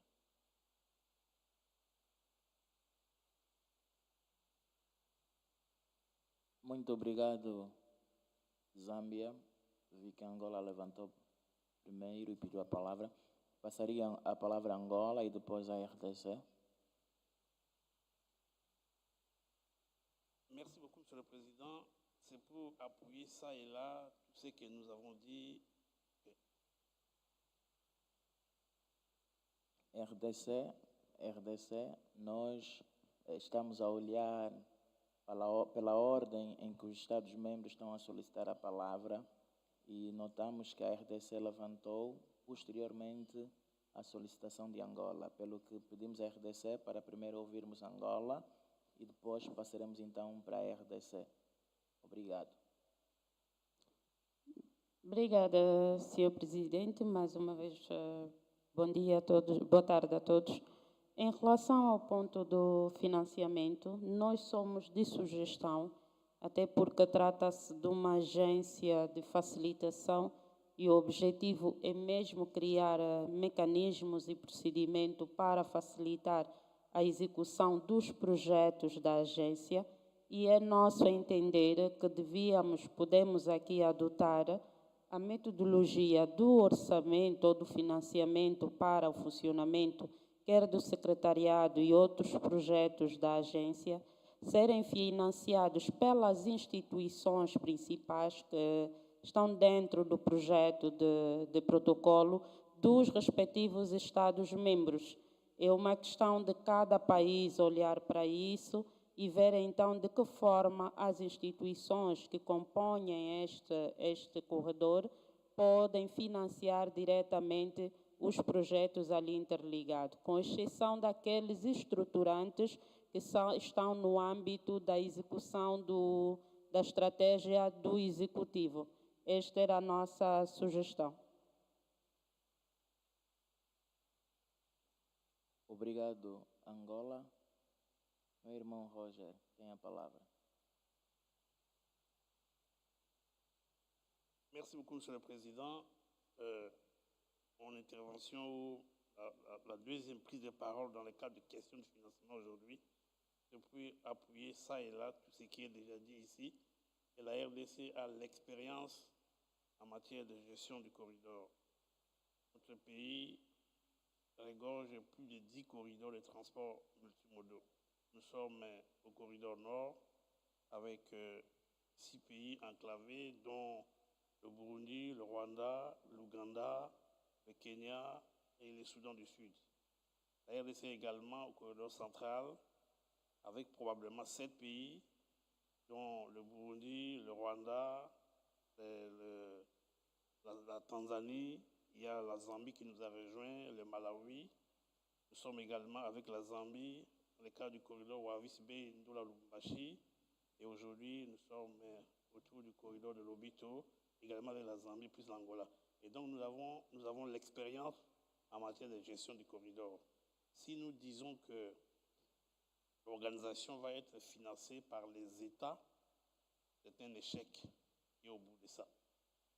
Parce que les questions des corridors, normalement, ce sont les usagers des corridors qui doivent prendre en charge le fonctionnement de l'organisation pour que tout ce que l'organisation va faire en termes d'activité, en termes de financement de projets, de programmes, va à l'avantage des usagers. Donc, nous allons instaurer à terme le mécanisme de user payer, utilisateur payeur. Ça veut dire que les usagers des corridors, les transporteurs, les opérateurs économiques qui recourent au port, qui recourent à tout ce qui est projet de corridor, devront supporter. Ça, c'est à terme. Mais dans un premier temps, nous venons d'abord pour faire la promotion du port de LOBITO. C'est un port qui est déjà construit par l'Angola.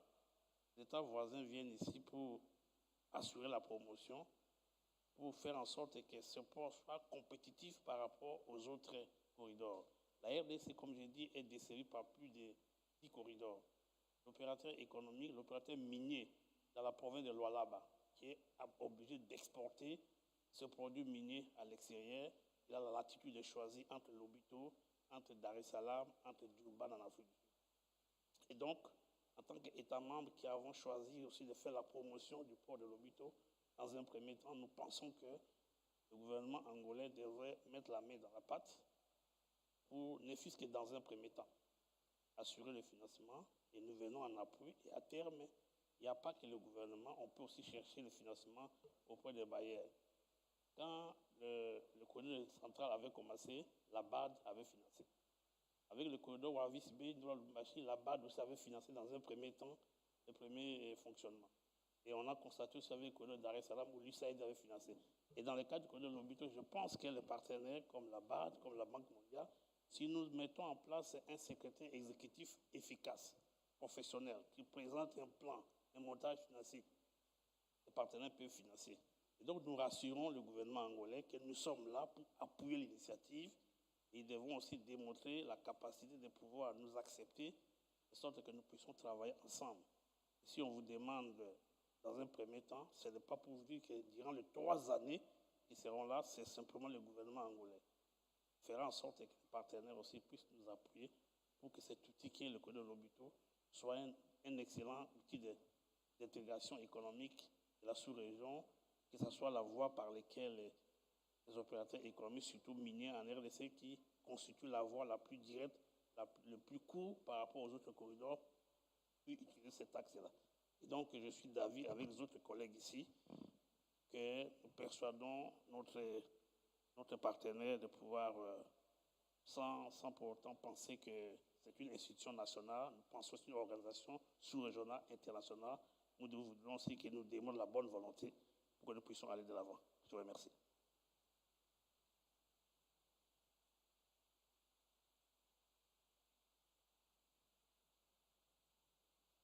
Obrigado, RDC. Antes de avançarmos, queríamos ouvir se o secretariado tem mais um último comentário.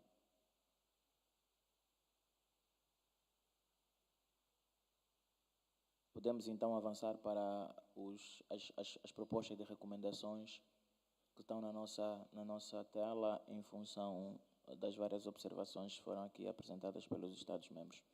Passaria então a palavra ao secretariado para olharmos para essas recomendações que estão aí a ser propostas. Thank you very much, Chairperson. A lot has been said. I hope in terms of concluding, we hope that the proposed recommendations will give us the way, will show us the way. The first one is really to recommend to the Executive Committee, first, the establishment of the Interim Secretariat of the LCTTFA, considering that the agreement has not entered into force. Number two, constitution of a technical working group to complete the setup process of the Interim Secretariat, guided by the draft concept note. Development of the budget for the first 3 years, 2024, 5, 6, 7, and funding modalities. Talking about donors, what have you, but they should be able to say this is the budget. Obviously, the activities will be proposed. Then they will say this can be financed through 1, 2, 3, 4, 5, 6. And then approval that member states submit their nominees of members of the TWG by 15th January, and that the TWG should complete the process. I don't know if KM 30 days will be enough to do all this work in 1 month. And then there was an issue of secondment. So I don't know how you are concluding on that one, but the proposal was to say can submit by 30th March 2024. When I was listening to the discussions, it was like the issue of secondment, it's like you are leaving it to Angola to provide all the technical stuff. So it wasn't very clear to me, but that is one, if at all we say second, then this should be done by 30th March 2024. And then obviously the issue of the logo to be endorsed. I so submit the 6 recommendations per person. The first is the establishment of the interim arrangement. Second is constitution of a technical working group to complete the setup the setup process of the interim secretariat, development of that budget for the first 3 years and funding modalities, and submission of members to the TWG, and issues of secondment, and the last one of the logo. I submit.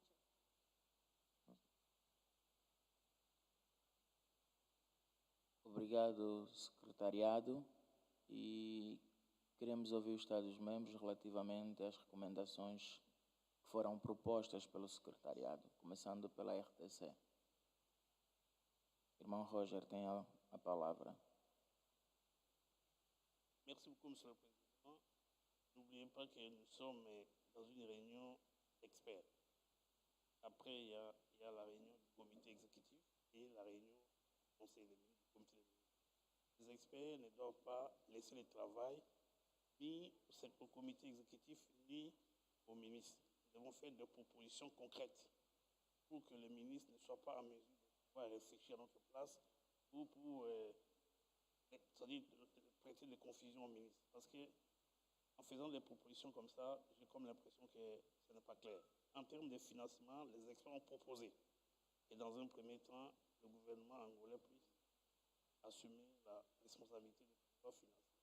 Et deux, nous recommandons la nomination du secrétaire exécutif intérimaire. Cette nomination, il faut, par quel mécanisme? Il faut que ça soit de manière compétitive. Ça veut dire que on va choisir 2, 3, 4 personnes, 3 experts, donc il faut assurer la transparence de la nomination. Et les experts professionnels qui viendront peut-être des États membres, il faut aussi que ça soit de manière compétitive. Donc, nous devons faire des propositions concrètes pour qu'arriver au niveau du comité exécutif et du conseil des ministres, ça soit avalisé et non de laisser à ces gens-là de pouvoir réfléchir à la place des experts. Le président.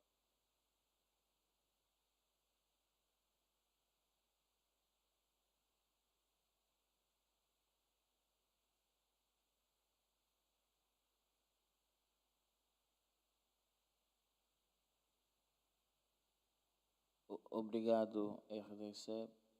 Queremos ouvir os irmãos da Zâmbia.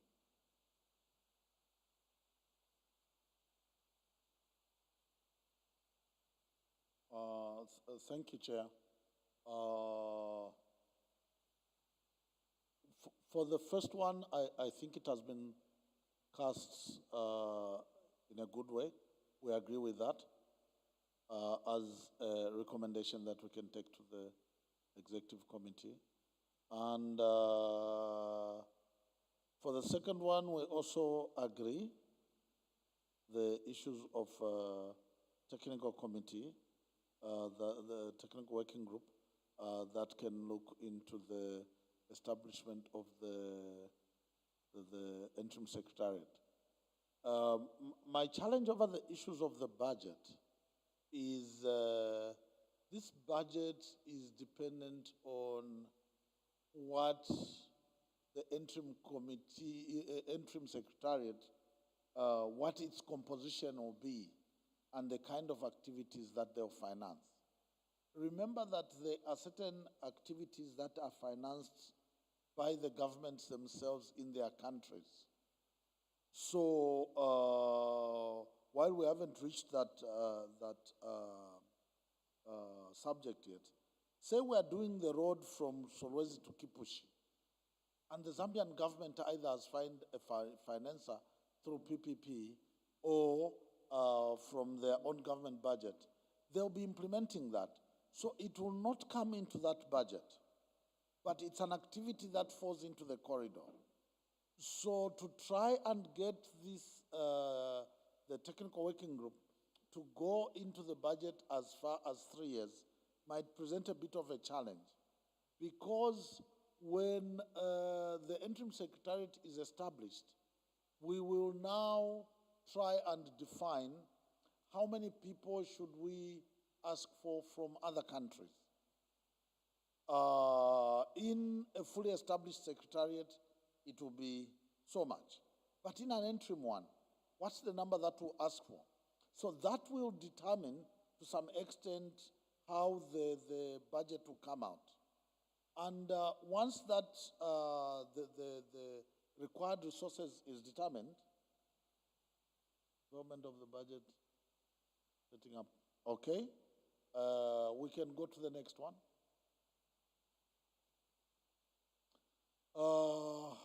With that one, again, a number of us have grown up in bureaucracies. I'm a bureaucrat. So when you tell me 15th January, the first thing I'll be waiting for is a letter of invitation, because I have to write to Cabinet Office and tell them there's this request. We discussed at this meeting, there's this request. In the meantime, you are into the technical working group. Then you are saying we should be able to convey the members of staff to be seconded. That's another process, and it can even take much longer. So if we broke the issue of the nominees for the technical working group and leave it there, so that a large part of the things that you are trying to come out with should be things that should be addressed by the interim secretariat. So if we leave it at the point where we're asking for the technical working group to come and do the steps that will be required, we ask for authority from Cabinet Office, say these are the people we are sending for this, and once that is done, the interim secretariat start its work. If we can be able to mobilize the Council of Ministers thereafter, even to be able to have to get a virtual meeting, we try and arrange that. Then in that way, we'll actually be implementing the things that get us to move towards action on the Lobito corridor.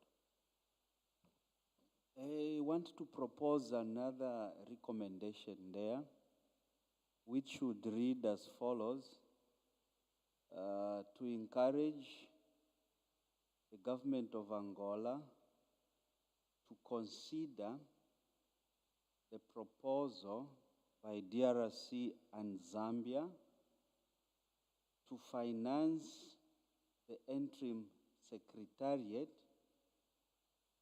as the best practice following the benchmarking exercise under the Warvish Bay Dollar Lubumbashi corridor. Thereafter, the government of Angola can now go and have a discussion and report back to the next meeting. I so submit. Start all over again. I'm typing as you go. Please take it slowly. Hope I haven't forgotten what I was saying. They encourage the government not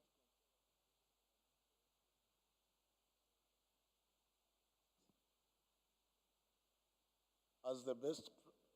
Well, instead of saying best, maybe just use the word practice. Because when Central Corridor was starting, it was Tanzania that financed it. As a practice in other corridors.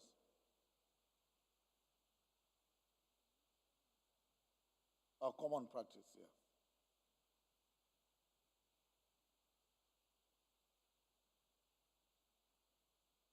Following marking exercise. But you are making example to a number of them. That do you want to underscore the benchmarking? Because we are saying it's not only Walvis Bay, it's Dar es Salaam, it's other corridors too, Central and what have you. That still includes that one, the benchmarking. We want to emphasize that we had benchmarked. I'm sure the project will attest to that. We had sent the officers from the three governments. I don't know how it can be crafted, but we need to come out that this is what we had benchmarked.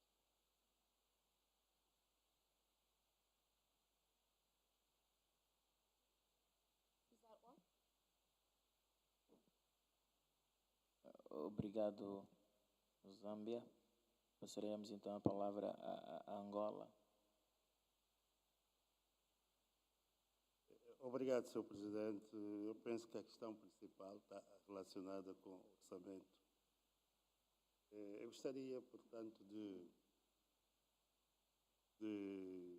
convidar os distintos colegas da Zâmbia e da RDC que um dos princípios principais da SADC, relativamente à implementação do projeto, é o sentido de pertença de todos os Estados-membros. Portanto, que o projeto, que os Estados-membros devem se sentir parte integrante do processo. Isso só para me referir ao orçamento, porque, no nosso ponto de vista, se encarregamos ou encorajar o governo de Angola em assumir financeiramente o secretariado, dá uma visão de que esse secretariado é de Angola. É de Angola, mas o secretariado é relativamente à gestão do corredor do LOBITO. Portanto, é dos três países. É dos três países. Então, eu penso que nós não devemos passar a mensagem que o secretariado é de Angola. Não. O secretariado é de três países. Então, fica muito à vista de quem vê que o secretariado, conforme está a recomendação, pertence a Angola. Mas nós não queremos isso, queremos que, a olho do mundo, e principalmente nós dos Estados-membros, que esse secretariado é da agência, não é só de Angola. Aí põe-se a questão do financiamento. Bom, primeiro temos que fazer um levantamento detalhado sobre a estrutura, sobre os custos que envolvem a implementação do secretariado provisório. Tem que ser feito um levantamento detalhado para termos uma visão qual é o custo real para o estabelecimento do secretariado. Podemos solicitar e concluir que o estabelecimento do secretariado poderá ser ou deverá ser em Angola, mais basicamente o LOBITO. E aí Angola, portanto, poderá ter uma responsabilidade maior. Mas não deixando de fora que os outros Estados-membros também deverão participar no financiamento dessa estrutura, quer através de destacamento do pessoal e outras formas, portanto, de participação na implementação dessa estrutura. Eu também gostaria de pedir ao secretário executivo a questão do apoio para a mobilização de recursos externos. E como disse muito bem a distinta diretora, que, se não me engano, a União Europeia tem disponível 50 milhões de euros para esse tipo de apoio. Portanto, vamos também recorrer à União Europeia, e não só, a várias instituições financeiras que estão disponíveis em apoiar. Vamos pedir, então, que essas instituições financeiras também nos apoiem para o estabelecimento do secretariado provisório e, posteriormente, para o secretariado permanente. Era isso, Sr. Presidente, que eu gostaria, portanto, de apresentar. Obrigado, Sr. Presidente.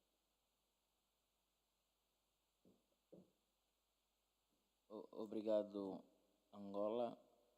O secretariado tomou boa nota das recomendações e pontos apresentados pelos 3 Estados-membros, com particular relevância para este último, que tem que ver com a questão do financiamento para o suporte da agência.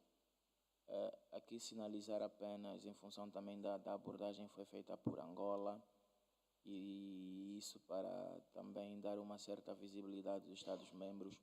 O secretariado já tem preparado um documento que, em momento certo, vai apresentar uma nota conceptual em que a previsão do orçamento anual que essa agência poderia merecer para que o secretariado interino funcionasse, ou que funcione melhor. E também se prevê também pelo menos um número de integrantes neste secretariado. É um documento que ainda está em desenvolvimento do lado do secretariado e que se vai apresentar também aos Estados-membros. Isto fazendo recurso a alguns benchmarking para que também pudesse ser sustentada essa posição. Eu penso que todas as recomendações e as observações foram feitas e estão registradas no nosso documento. Esperamos que o secretariado tenha acolhido o posicionamento de todos os Estados-membros para que estes pontos não fiquem em aberto e que não haja dúvida do que cada Estado-membro pensa para este tema em particular. Com isto, antes de nós avançarmos para o ponto a seguir da nossa agenda, vou tornar a fazer recurso aos meus colegas de secretariado para questionar se há mais algum elemento adicional.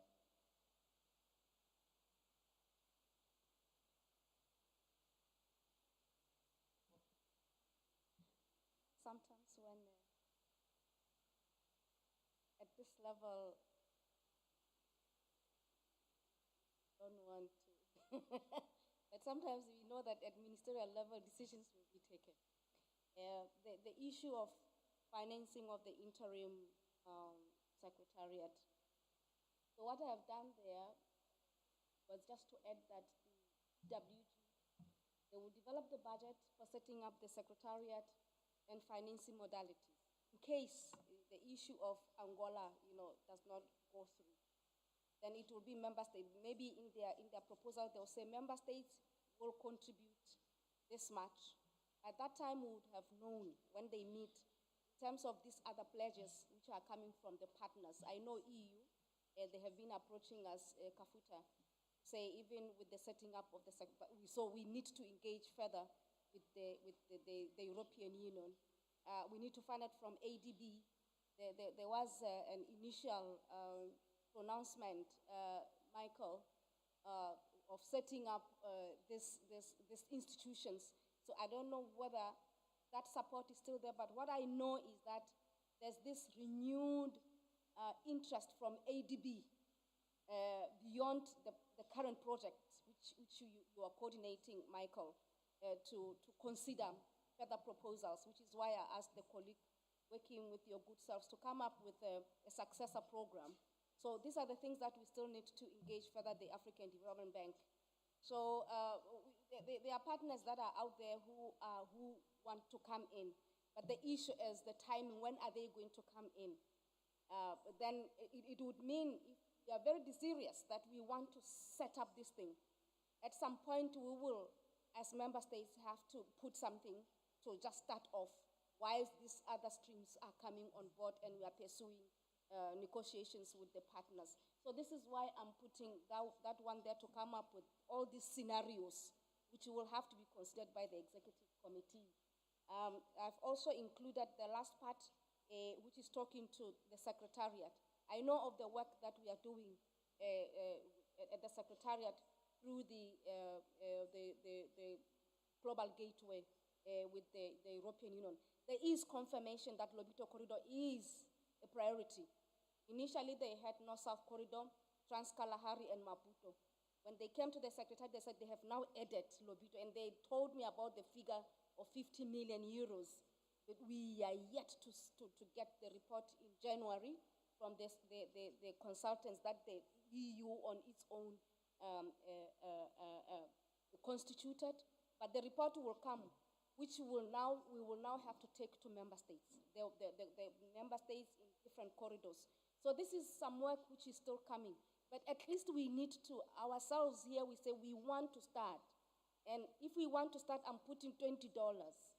So this is why I'm talking about financing modalities. The technical working group should be able to give a number of scenarios which will be considered by the technical committee, by executive committee, and then approved by ministers. So that's how I have crafted the recommendations the way I have. We know member states are facing difficulties, but at least if we are saying we want to start, let's start with whatever we have.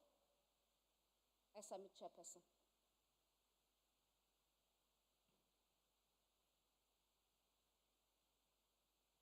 Obrigado, secretariado. Penso que este é um ponto que ainda vai merecer alguma discussão. Como é uma necessidade humana, às vezes o corpo humano necessita também de refrescar-se. Eu acho que é um momento oportuno para fazermos um pequeno intervalo e nós voltaremos dentro de 15 minutos. 20 minutos. 20 minutos é o tempo suficiente. Estamos a fechar às 12h41, então temos 20 minutos para estar aqui.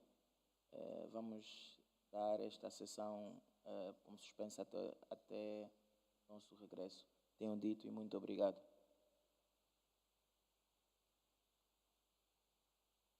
Sinalizar que nós temos um coffee break aí na nossa parte exterior.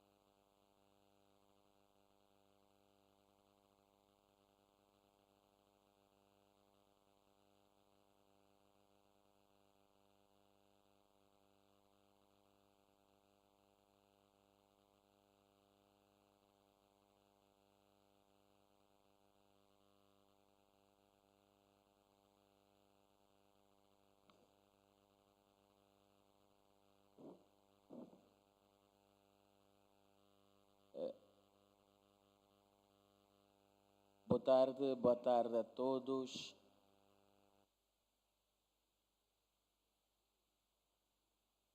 Good afternoon. Para não dizermos que a Zâmbia está sempre no fim, boa tarde Zâmbia, boa tarde RDC, boa tarde Zâmbia, boa tarde RDC e boa tarde Angola. Angola agora é que fica sempre no fim. Sim. Penso que conseguimos corresponder à necessidade do corpo humano de colocar algum alimento, e eu acho que a nossa mente está mais preparada para pensar e para que os peritos técnicos também consigam apresentar as melhores soluções e recomendações para os pontos que vamos analisar na nossa segunda parte. Dar também nota de que nós, infelizmente, por razões também técnicas e de início da nossa reunião, nem sempre conseguimos cumprir com todo o rigor o programa em termos de horário. Mas o que nós sempre vamos cumprir são todos os pontos da agenda serão abordados aqui com o detalhe que seja necessário. Com isto, nós queremos declarar reaberta a nossa sessão e nós avançaríamos então para o ponto 4, que tem como tema o plano diretor do corredor do LOBITO. E nós passaríamos então a palavra ao secretariado para nos introduzir quanto a este ponto. Tenho dito, muito obrigado.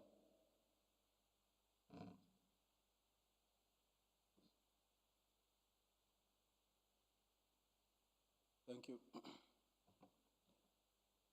Thank you very much, Chair. Chair, with your permission, I will be presenting the Corridor Master Plan 4. Item 4.1, coordination guiding text of the LOBITO Corridor Transit Transport Facilitation Agency Agreement. So the meeting is invited to recall that the LCTTF agreement will be the guiding text for harmonizing and coordinating all trade and transport facilitation agreements towards the development of the corridor as provided for in Article 3L. So 4.2 is a list of projects that are being undertaken and have been identified as priority projects under the LOBITO corridor. And with this, the meeting is invited to note that these are the key infrastructure corridors that will speak to the master plan and has been identified through member state submissions to the SADC Secretariat, and these are in the sectors of road, rail, trade, and port, stroke marine sectors. So the meeting is also invited to note that the SADC Secretariat has been working in collaboration with international cooperating partners and the Africa Union Development Agency, the Program for Infrastructure Development in Africa, Priority Action Plan 2, that's PDAPAP 2, to mobilize financing for the identified key priority projects. The meeting is also invited to note that the submitted project lists will be presented to the respective subcommittees for comments, validation, and once member states are satisfied, adoption to form the corridor master plan. The meeting is further invited to note that the SADC Trade and Transit Facilitation Project, sponsored by the Africa Development Bank, was launched on the 7th of July 2023. This is being coordinated under the SADC Secretariat with a grant tune of $4.5 million with the aim of improving cross-border trade through customs connectivity. So further, the project also intends to develop a SADC-wide regional railway master plan and investment program. So with this, the LOBITO corridor would definitely benefit from this master plan. And I think it will be developing on the already identified projects that are being identified under the LOBITO corridor. So item 4.3, coordination of the United States government, the European Union, joined by the Africa Development Bank and the Africa Finance Corporation Memorandum of Understanding with the LOBITO corridor member states. So the meeting is invited to recall that the United States and the European Union, joined by the Africa Development Bank and the Africa Finance Corporation, on the 26th of October 2023 in Brussels, Belgium, signed a memorandum of understanding with the 3 corridor member states to support their efforts in developing the LOBITO corridor. The meeting is also invited to recall that the MOU outlines its intentions to foster collaboration across multiple sectors to realize the full economic potential of the corridor. This is building on the LCTTFA agreement that was signed by the 3 corridor member states in January 2023. So, towards the development of the transport infrastructure. Further, the MOU targets facilitating optimal connections between Zambia, DRC, Lobito rail lines, and the Benguela Lobito rail line feasibility preparatory studies necessary for further preparation is an extensive infrastructure project, which are as follows. One, support the developing of the Zambia-Lobito Greenfield rail line. This will be a new rail line connecting the northwestern Zambia to the Lobito Atlantic Rail and the port of Lobito. That is through the border Jimbe. And I think what is left is from Chingola to Jimbe, by Jimbe to Luwakano. And secondly, rehabilitation of the railway section from the Lobito port in Angola to the Democratic Republic of Congo. Item 3.3 or 4.3.3. So the meeting is invited to note that the MOU further intends to support partnerships on critical and strategic raw material value chains with the DRC and the Sustainable Renewal Raw Material Partnership with Zambia, showing cooperation in 5 areas. So the areas of cooperation are integration of sustainable raw materials value chains, mobilization for funding for development of infrastructure, cooperation to achieve sustainable and responsible production, cooperation on research and innovation, capacity building to enforce relevant rules. Therefore, member states are being invited to provide a status on the project list that was shown above, and any other project that would be potentially fall under the Lobito corridor in their respective countries.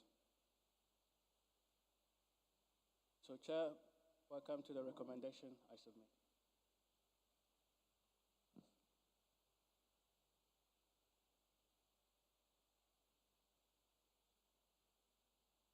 Muito obrigado, secretariado. Temos o ponto 4 apresentado e é importante dar nota que este ponto na prática nos obrigaria a fazer uma divisão, porque por um lado falamos do plano diretor do corredor e por outro apresentamos a questão da coordenação a nível do MOU que recentemente foi assinado em Bruxelas. Queremos então agora ouvir os Estados-membros, começando pela Zâmbia. Parece que a Zâmbia agora, o nome escreve-se com a letra A, então podemos começar pela Zâmbia.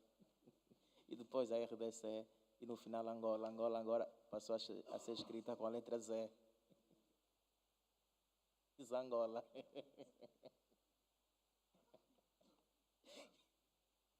Temos que descomprimir um pouco.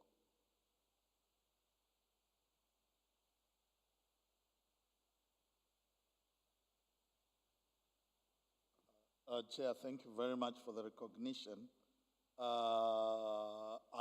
Thanks a lot for your guidance. Actually, I'd wanted to suggest that as well, that we discuss them as 2 separate topics. Let me start with the easier one, but it's a sentence that's under the coordination of the MOU. The rehabilitation of the rail is not from Lobito to Kolwezi. It's actually the last mile, which is Kolwezi to Dilolo. And in the list of projects, it has been correctly captured, because Angola already rehabilitated from Lobito up to the border with Congo. And I'm sure Angola will come and correct that.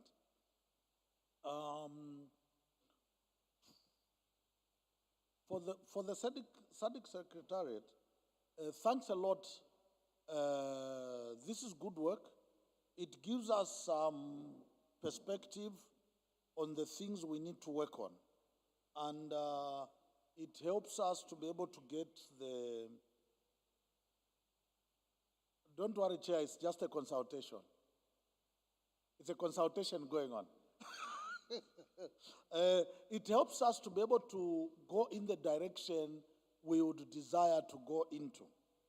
However, what I see, we've put in what I would consider to be big infrastructure projects: the road, the rail, and the one-stop border posts. That notwithstanding, when I look at the border posts, Zambia and Congo in this corridor has, I think, about 3 borders. Kipushi, Kambimba, which we've just signed the PPP, and another one, I've forgotten the name. So when we look at the activities we need to do, I think it would help for somewhere where you can put something like, I would call it a scoping study, where the 3 countries go through the corridor and determine the different things that need to be addressed. So what comes to mind is when you're along the corridor, I don't know about the Angolan side, but when you're along the corridor on the Zambian side, there's a huge part of it where communication is virtually zero. You cannot find, so we need to be able to put in the communication towers. Then as we are bringing the SMEs on board, SMEs will not be able to fill up a truck for me to supply sweet potatoes to Angola or Angola to supply me with something. So we need to consider storage and warehousing facilities. Where will we place them? So that they are bulking centers that are able to facilitate how we'll be able to better trade with each other. Then there is the issue which I've seen on the agenda, the dry ports. I would imagine that we need to develop these pieces of land once they've been allocated to us. So there are projects that need to be on the agenda as well. But then even as we go, right now, the port of Lobito is operational. But we are trying to have better connectivity with Zambia and Congo. Once that connectivity happens, the amount of throughput, whether inwards or outwards, in the port will expand. And therefore, we have to expand the port. So the issue of expansion and modernization of the port of Lobito has to be a project that we need to include. So with that, then I'll end up with questions which require a bit more research. We have, right now what we're talking about is largely focused around the northwestern province of Zambia, connecting to Angola and Congo. But we have a western province that's connected to Angola. And the town on the Angolan side is Revungo. I'm trying to remember the name of the province. Huh? Moshiku? Yes. We need to be able to enhance trade in that area as well. Are we going to consider it as part of the Lobito corridor, or are we going to create a different corridor for it? Because it is a reality of our relationship. If I could speak Portuguese and I sat on that side, you would just say, I'm Angolan. If I could speak French, as well as my brothers that side, and I sat that side, you would tell me I'm Congolese. The Europeans, when they came, they've separated us. Our surnames are still the same. I still find the Mbundas in Angola. I'm able to speak Luchazi with them. Or some people still speak Kaonde and Rovale. I will go to Congo, they speak Bemba, they speak Kaonde, they have Lala, they have, what's the other one around Serenge? No, then the one that's around Copperbelt. Lamba. These are our tribes.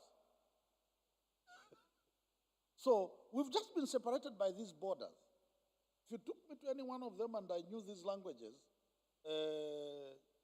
you didn't know whether I'm Congolese, Zambian, or Angolan. But when you now tell me we'll only connect you on this side, what happens to the side where we speak Lozi and Ruchazi and Mbunda and the other one, Oma, and Nkoya? These are tribes, they just cross over. The surnames are the same. Even when they do those annual visits, even when you look at the person with a surname like Smata from the other side, you just don't say, this one just ran away and went to the other side. So that's the issue with the project. So we need to be a bit more holistic by including a scoping study that will be able to bring out a bit more about what we need to do. I submit, Chair. Thank you. Mine is minor one. The development of the corridor infrastructure master plan. I don't know. Could we put timelines? When do we envision that this should have been developed? Because we've just put a statement without focusing on when we intend to develop.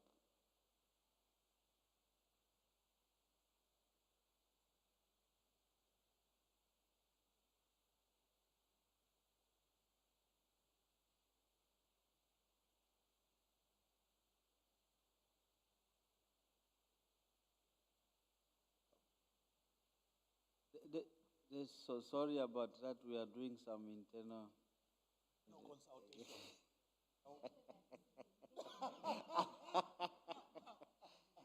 I wanted to make a comment on the coordination for the MOU. I don't know. The Lobito Corridor Agency is not part of that MOU. But yet we are saying that we want to coordinate the MOU. I don't know what we are trying to achieve if the Lobito Corridor Agency as an entity is not a member or part to that MOU. I don't know. How do we intend to coordinate? I'm just throwing, I want to understand, maybe I'm missing a point. Because in the MOU, we have designated EFC as the coordinator, the developer. So how is the Lobito Corridor Facilitation Agency coming in terms of coordination? What are we trying to achieve? I so submit.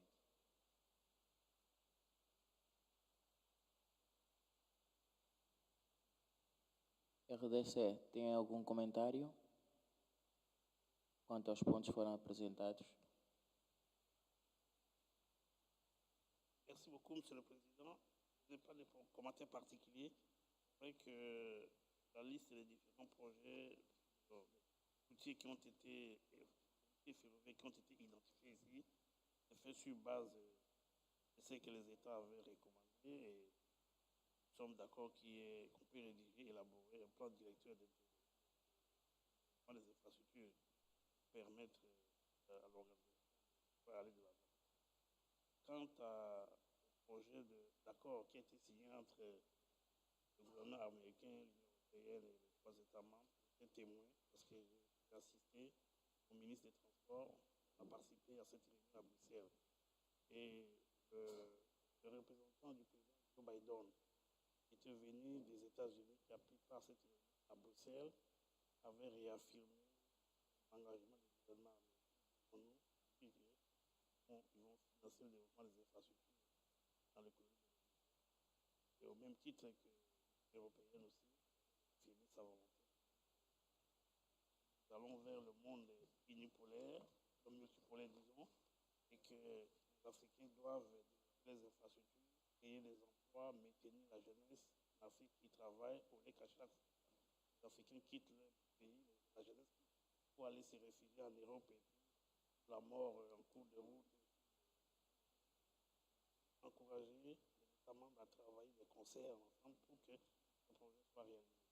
Donc c'est l'occasion pour nous, c'est vraiment un privilège pour le corridor, plutôt qu'il y ait une jeune organisation à peine que la puissance du monde est à nous. Et donc, nous devons travailler la main dans la main pour que ces projets soient concrétisés.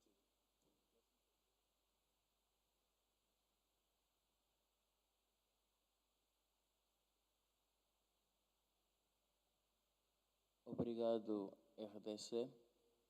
Passaríamos então a palavra a Angola.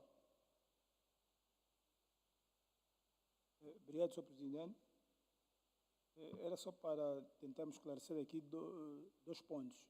Primeiro ponto, para dizer que Rivungo é uma localidade que se encontra na província do Cuando-Cubão e não na província do Mochico, e que tem ligação ou faz fronteira, apesar de que está dividido pelo rio, com a localidade de Xangongo, na Zâmbia.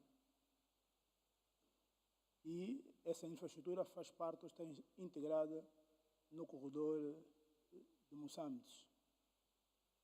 A segunda nota é com relação aos projetos que nós vislumbramos no quadro, para dizer que do lado de Angola tudo já foi reabilitado. O caminho de ferro, por parte do Porto do Lobito, tem o seu término no lado de Angola, no município fronteiriço do Luau, com uma extensão de 1.354 quilômetros. Aquilo que falta fazer-se é do lado da RDC, cerca de 400 quilômetros, partindo do Dilolo até Coloese. Relativamente os trabalhos em curso no domínio ferroviário para a Zâmbia, nós, o governo de Angola, por via do Ministério dos Transportes, em 2019, concluímos o estudo preliminar de viabilidade, que foi financiado pelo Banco Africano de Desenvolvimento, que indicou esse estudo, os pontos de conexão, que é de Luacano até Jimbe. Portanto, estamos a falar de uma extensão de 259 quilômetros e não, talvez, por um lapso de 230 quilômetros, como aparece no quadro, pelo que eu aproveito já a oportunidade, Angola, para solicitar o secretariado que fizesse a devida correção. Portanto, este ponto até Jimbe, que é o ponto fronteiriço, depois terá de ser feita a extensão do lado da Zâmbia, os trabalhos do lado da Zâmbia, até Soloese. Portanto, nós também gostaríamos de saber, por parte dos nossos irmãos da Zâmbia, o que é que está a acontecer do lado da Zâmbia, para que efetivamente possamos vir a ter a efetivação deste projeto. Conforme disse o presidente, a reunião foi recentemente assinado em Bruxelas, no dia 26 de outubro, um memorando de entendimento entre a União Europeia, os Estados Unidos da América e o meu irmão da RDC disse que esteve presente, juntamente com o Sua Excelência o Ministro dos Transportes, à margem do Fórum Global Gateway, foi assinado um memorando de entendimento que visa o financiamento das infraestruturas do corredor do Lobito, sendo que uma parte desse financiamento prevê exatamente a construção de infraestruturas do lado da Zâmbia. Portanto, também ficamos agora curiosos em sabermos o que é que, de facto, efetivamente, a Zâmbia tem vindo a fazer para que se materialize, uma vez que Angola já deu o primeiro passo com a realização do estudo preliminar de viabilidade. Muito obrigado.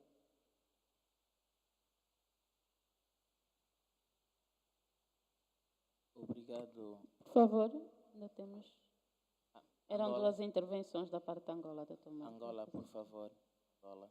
Obrigada, presidente. A coordenação foi assim feita. O nosso colega, doutor Otaniel, haveria de fazer a questão, responder à questão que foi colocada sobre as questões ferroviárias e nós poderíamos fazer aqui a intervenção relativamente ao ponto que foi colocado sobre o porto. Tal como é paradigma a nível dos planos diretores, fazermos aqui uma nota que o plano diretor do corredor vai agregar o plano diretor de cada uma das instituições principais que compõem, que são infraestruturas cruciais do corredor, tal como disse o Dr. Otaniel. Algumas já estão a ser feitas. O Porto não está alheio a esta situação. Dizer que a nível do Executivo, através do Ministério dos Transportes, em 2008, o Porto já beneficiou de projetos de reabilitação dos seus terminais, onde alguns terminais foram construídos de raiz. Estes terminais já foram adaptados considerando a estratégia de desenvolvimento do corredor para os próximos 20 anos. Hoje, as nossas infraestruturas têm capacidade para receber toda esta demanda. Ainda assim, dentro daquilo que são boas práticas a nível da gestão de portos, também foi reservado zonas de expansão para cada um dos terminais que já estão concessionados. Nós temos o terminal mineiro concessionado a LAR, que é a Lobito Atlântica Railways, onde também já prevê um aumento na infraestrutura caso haja essa necessidade. Terminamos uma assinatura, um projeto de concessão recentemente, no dia 11, que é a concessão do terminal polivalente, que agrega o terminal de carga geral e o terminal de contentores, que foi concessionado à AGL, África Global Logísticas, que também já traz na sua infraestrutura, de acordo com o nosso plano de desenvolvimento, uma expansão, quer para aumento de profundidade, quer para aumento da infraestrutura estática, para assim responder a todas as necessidades futuras. Dar aqui apenas o conforto aos irmãos da Zâmbia e da RDC, que hoje as infraestruturas que existem portuárias conseguem satisfazer as nossas necessidades no âmbito da facilitação do comércio, pelo menos para os próximos 15, 20 anos. Obrigada.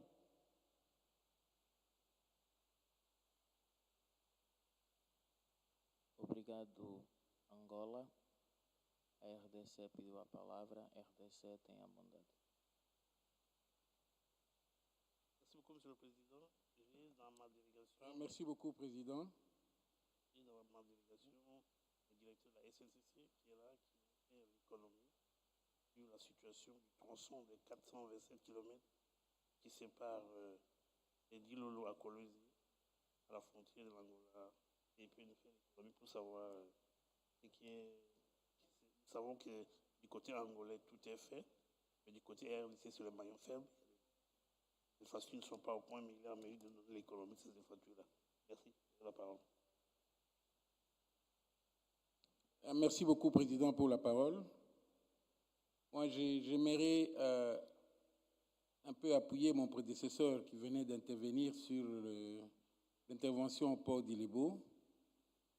Mais mon intervention se limite au niveau de chemin de fer, uniquement chemin de fer. Quand on travaille sur un chemin de fer, on calcule les sillons. Les sillons déterminent les volumes que vous aurez à un point donné. Mais quand je regarde, en lisant le rapport ici, en regardant les travaux qu'on doit faire du côté de la Zambie vers LOBITO et du côté de la RDC vers LOBITO, et en regardant les mines qui doivent recevoir, fournir les charges pour que ça soit reçu au niveau de LOBITO, je pense que, vu le volume, il y a aussi un travail qu'il faudra refaire au niveau du port de LOBITO. On avait dit qu'on avait fait les travaux il y a quelques années pour une projection de 20 ans. Aujourd'hui, on voudrait faire une deuxième ligne de la Zambie jusqu'à LOBITO.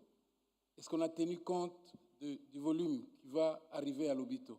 Est-ce qu'on a tenu compte de l'infrastructure qu'on doit faire là-bas? Parce que telle que la structure de LOBITO, telle que je le vois, moi, je ne connais pas très très bien, mais je vois que ça risque d'avoir des problèmes. C'est un nouveau port, mais il faut voir les volumes que ça doit accepter là-bas. Moi, je crois qu'il faudra refaire en tenant compte des calculs des sillons du chemin de fer et des volumes que ça doit recevoir là-bas. Je crois que c'est un élément très important qu'il faudra mettre dans les calculs. Je vous remercie.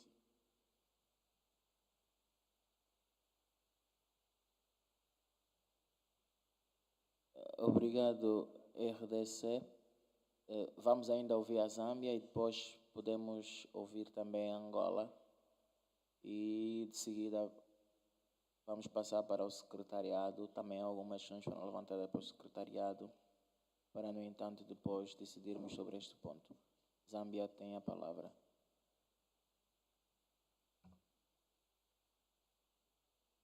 Chair, first of all, I didn't get the name of the province correctly. And you'll excuse my pronunciation. You said Mushadek?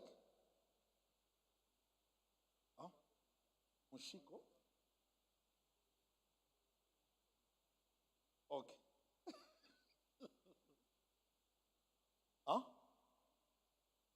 It's not Mushiko. Okay, but you'll be able to give it to us so that. But then you also mentioned the name of the corridor. Or it's part of the Namibi corridor.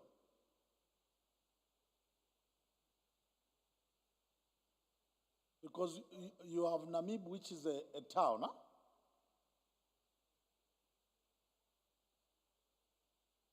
And the railway that goes into this direction. Okay. So maybe we need to be able to look at discussing that corridor as well. Zambia? Because Zambia, sorry. Yes, Chair.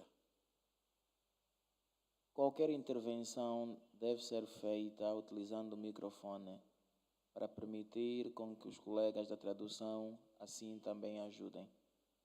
Podemos avançar.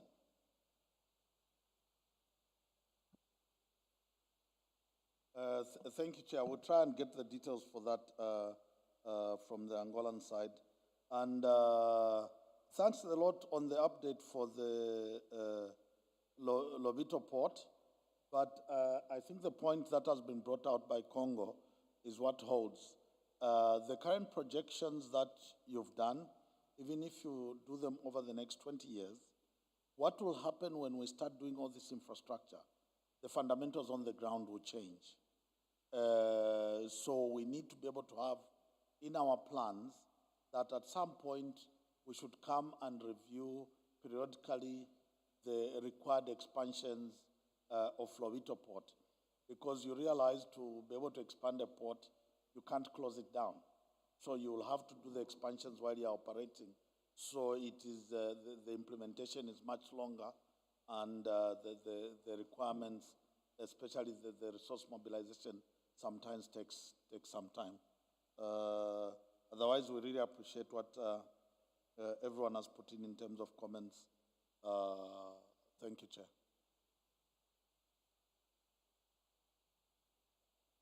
Obrigado, Zâmbia.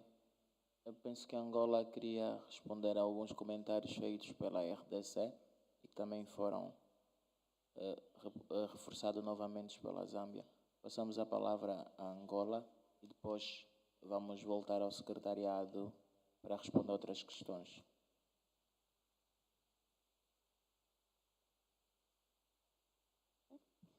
Obrigada, Presidente. Em relação à questão que colocou da capacidade, nós tivemos em atenção a isso.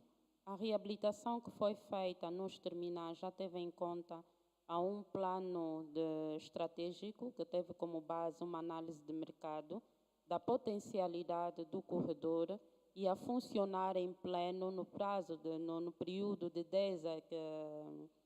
15 a 20 anos, qual seria a necessidade de infraestruturas para que, então, numa primeira fase, essas infraestruturas já fossem sendo implantadas. É nesta vertente que foi feito o plano de reabilitação do porto. Nós, a nível do plano de desenvolvimento do porto, que é o nosso plano diretor, nós temos previsto, nos próximos 20 anos, uma capacidade de movimentação de carga de cerca de 10 milhões de toneladas. O porto, neste momento, só está a utilizar, nesta capacidade, cerca de 2 milhões de toneladas ano. Nós estamos a falar de mais de 80% ainda da capacidade por ser explorada. Há estudos que demonstram que efetivamente temos essas condições. E só estamos ainda a nos referir à capacidade de infraestruturas, porque a este projeto ainda vai estar aliado a eficiência que se coloca, que é boas práticas a nível de gestão de portos e de terminais, que tem a ver com a eficiência dos equipamentos. O porto já foi dotado com equipamentos modernos de última geração e, se nós não temos isso previsto a nível do programa, mas é sempre possível fazerem uma visita ao porto e convidamos-los a fazer isso para conhecerem, então, melhor a infraestrutura que está aqui a ser falada. Nós temos equipamentos de ponta e, com a eficiência desses equipamentos, nós podemos ultrapassar as metas que estão previstas no plano estratégico. E, ainda assim, o porto, como referi anteriormente, tem a reserva em cada um dos terminais para poder expandir à medida que esta capacidade for atingida. Estamos a falar de um horizonte acima de 15 anos.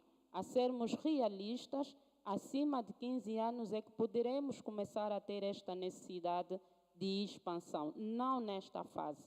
Hoje, o que precisamos para termos o movimento que nós queremos e o dinamismo do corredor do Lobito tem muito mais a ver com as infraestruturas ferroviárias que precisam ser e que são cruciais, precisam ser criadas ou ligadas a nível da RDC e a nível da Zâmbia, e o aumento da capacidade das infraestruturas ferroviárias da parte da Angola, à medida que vai aumentando a capacidade do transporte.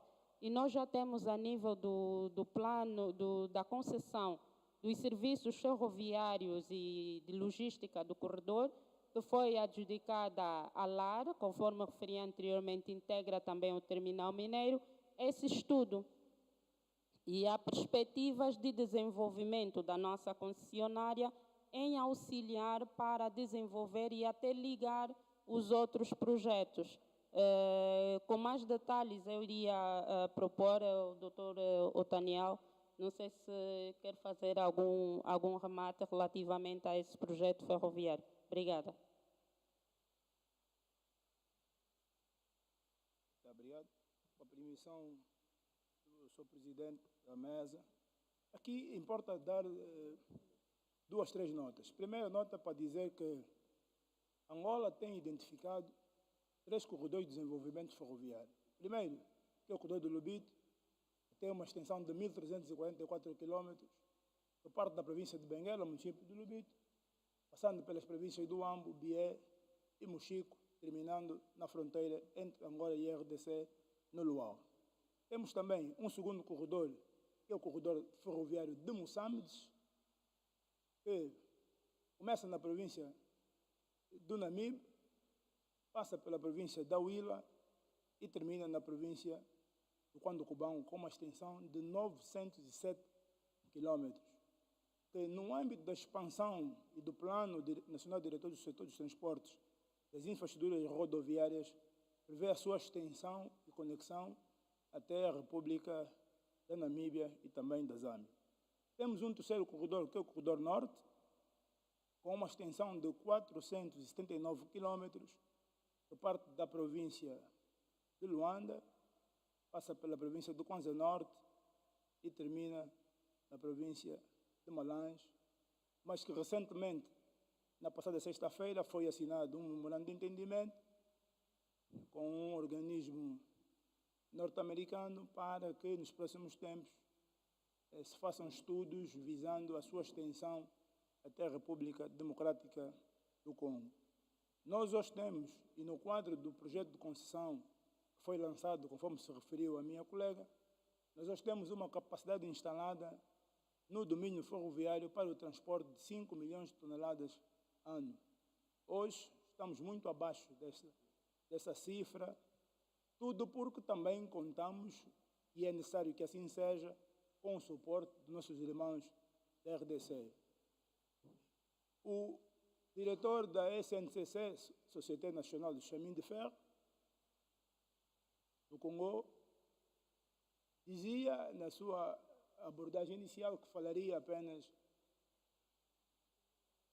da ferrovia, pois que fugiu um pouco o foco da sua abordagem e focou-se mais nas capacidades do Porto de Lobito, quando nós estamos também ansiosos e ávidos de ouvirmos quais são as estratégias que a RDC possui para a reabilitação dos 400 quilômetros de Lolo até Coloese, porque se a RDC não fizer esse esforço em termos de investimento, obviamente nós não conseguiremos, será muito difícil que consigamos alcançar esses números.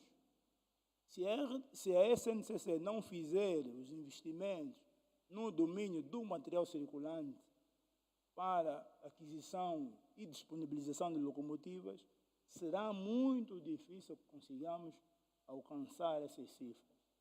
O caminho de ferro de Benguela tem uma capacidade instalada para 50 comboios dia. É uma infraestrutura que foi entregue formalmente em 2018, portanto, é uma infraestrutura, se quisermos, nova, mas é necessário que ela receba carga. E para receber carga, nós contamos com a conjugação dos esforços de todos os Estados-membros, como a RDC, a partir das minas de Coloese e também, por que não, da Zâmbia, com a reativação do Copperbelt da Zâmbia.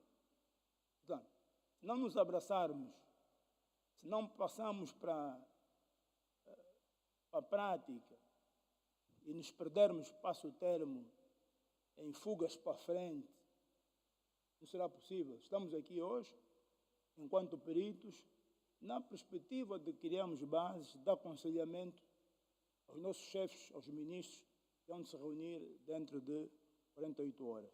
Daí que, com a permissão do presidente da mesa, eu volto a reiterar ao colega da RDC para que nos falasse, para que esquecesse um pouco o Porto de Lobito e nos focasse e nos dissesse o que é que no domínio ferroviário está sendo feito ou preparado para aí então potenciar as infraestruturas do Porto de Lobito, que pertencem ao corredor. Muito obrigado. Obrigado, Angola. Queremos estabelecer aqui um princípio. Sabemos nós que esta é uma reunião técnica, exige uma certa discussão, mas peço a todos os representantes dos Estados-membros que as nossas abordagens sejam todas muito mais objetivas e que vão mais no sentido de ajudar a encontrar as melhores soluções para aquilo que nós identificamos como situações não muito bem esclarecidas e que o nosso foco esteja muito limitado à nossa função de hoje. Hoje assumimos a função de peritos técnicos e é desta forma que nós queremos também que possamos conduzir a nossa reunião. Ouvimos os Estados-membros, há uma questão fundamental que foi levantada pela Zâmbia e que o secretariado também nos ajudará a responder relativamente à relação entre o MOU assinado e a nossa agência. É importante também reforçar, antes de irmos para o secretariado, este convite, podemos assim dizer, que foi feito pela nossa representante do Porto de Lobito, a administradora Janete, que na prática é para permitir com que a Zâmbia, em particular, mas todos os Estados-membros, tenham visibilidade daquilo que hoje está projetado no Porto de Lobito. E esta visita vai ser fundamental. E eu acho que depois devemos assegurar que isso aconteça no mais curto espaço de tempo possível e assim teremos algumas questões resolvidas ou respondidas. Com isso, passaria a palavra ao secretariado para rapidamente responder à preocupação manifestada pela Zâmbia e nós também iremos nos pronunciar relativamente a isso.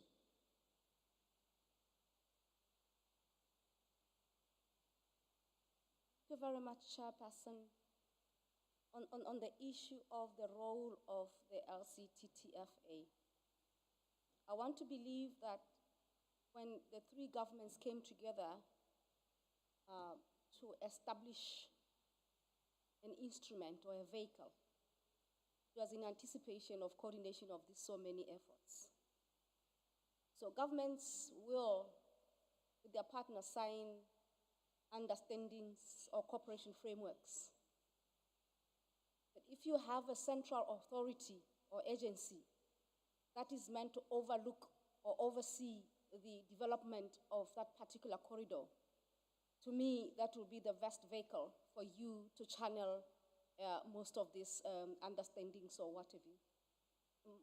The way I have seen understandings, they are declaration of intent. When you drill down to agreements, that one now is bigger. But for coordination of all these efforts, and if they are meant to develop a corridor, then we understand that the corridor would be better placed. And not unless you want the corridor to just focus on just facilitating movement of goods and services, but I don't think that's the case. If you look at the agreement that has been signed and that is being ratified, it goes beyond transport and transit. Foresees development in energy, in water, in ICT, in agriculture, aquaculture, everything and anything that talks to development. And I think we have given it some status in there. It's not just a coordinating entity. It's bigger than that. And therefore, for me, I see the agency being a consolidator of all these bilateral or what have you agreements or understandings to ensure better coordination. Doesn't mean they're taking anything away from states, individual states, but it's a central point which can better coordinate and be a convening power. Even sometimes, even if you have signed with the ADB alone or with the US government, there could be other players who want to come in because obviously there are some gaps. So for me, that's my understanding. But anyway, because we are still at the developmental stage, we are talking about the baby which is not yet born. We have given a name, but the baby is yet to come. And I want to believe once the baby has been there and starting to do the work, you'll see you will look into its mandate and member states will make their pronouncements. But that's the way we see it as the Secretariat, borrowing from what you negotiated and signed up for. I submit, Chairperson.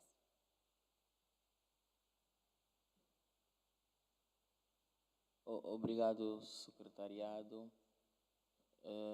Não sei se a Zâmbia tem mais algum comentário, mas queríamos nós aqui aproveitar para dar nota quando o secretariado da SADC fez circular a lista de participantes a estes nossos encontros, particularmente para o Comitê Executivo e a reunião de ministros. Se calhar os Estados-membros não perceberam, se calhar não perceberam, que no final desta lista nós tínhamos lá, e temos mencionado, porque se farão presentes, representantes ou representante dos Estados Unidos da América e representante da União Europeia.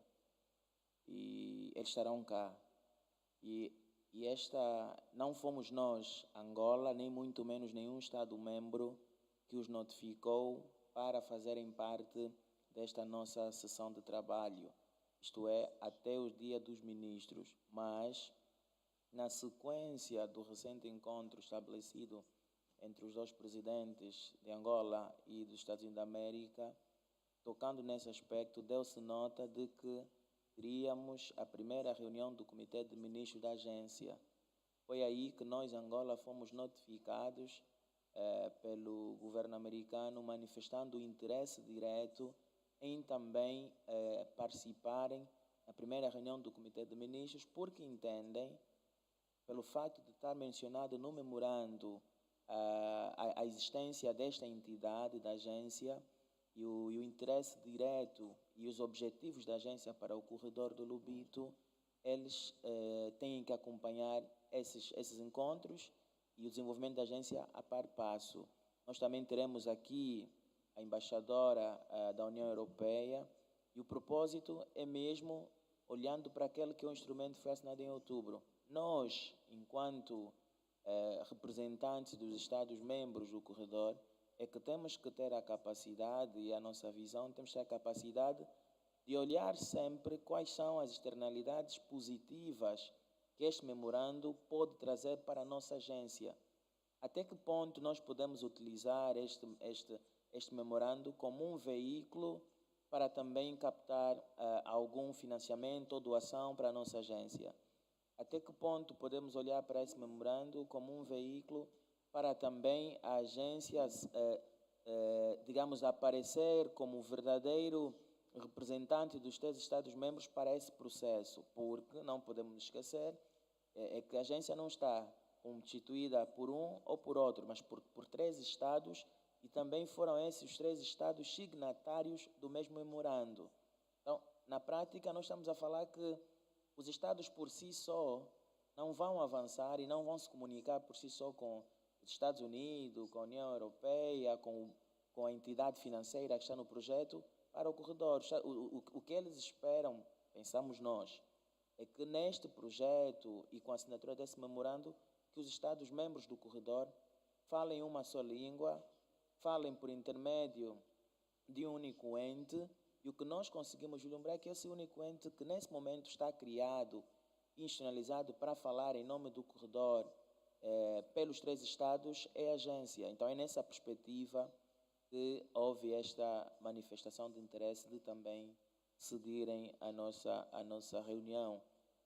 São notas adicionais que queríamos dar e claramente todos nós devemos refletir de forma muito concreta o âmbito de aplicação e de atuação do memorando que nós aqui mencionamos. Reiterando que já foi deixada aqui a recomendação e sugestão também da Zâmbia, concordando conosco que este ponto seria um ponto isolado do plano diretor, não estaria aqui como se fosse um tema dentro do plano diretor no ponto 4, podia ser separado, e que, se calhar, nós temos que ter visibilidade efetiva da versão final deste instrumento, e que dá a capacidade de nós ainda mais pensar sobre esta questão da coordenação. Até, se calhar, podemos não chamar de coordenação, aí pode ser o erro.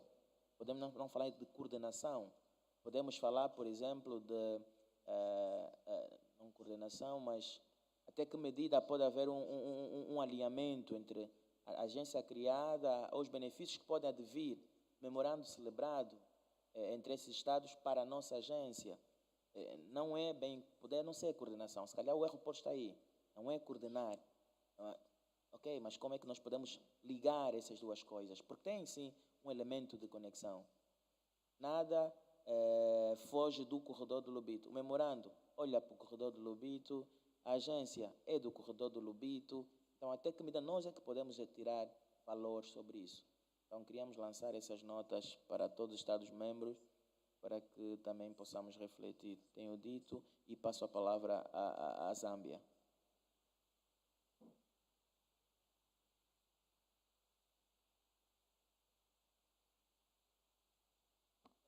Thank you, Chair.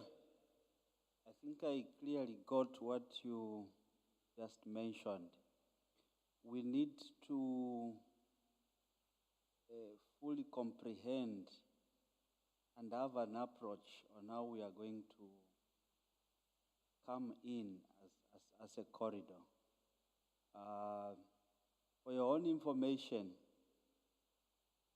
the way they have structured this MOU, that we have the funders, which is the US government and the EU, and we have a developer, which is AFC, African Finance Corporation. In the meeting that took place in Marrakesh, Morocco, the US government committed $10 million, which has to go to AFC, African Finance Corporation,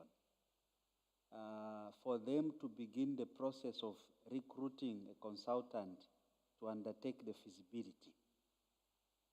And then the three governments will now be doing the approvals and making follow through. So the implement of the project as by the MOU is AFC, African Finance Corporation. All the monies that will be donated, that will go to AFC. In that case, we need to think through how we can engage AFC and see how the corridor can come in and try to tap into those resources. I so submit.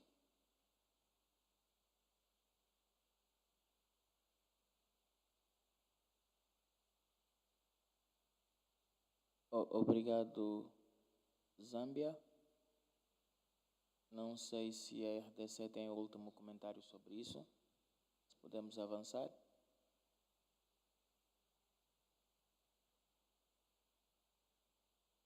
Je pense qu'on a suffisamment épilogué là-dessus. Il y a plus de commentaires.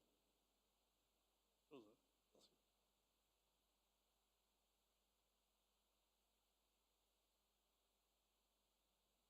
Obrigado.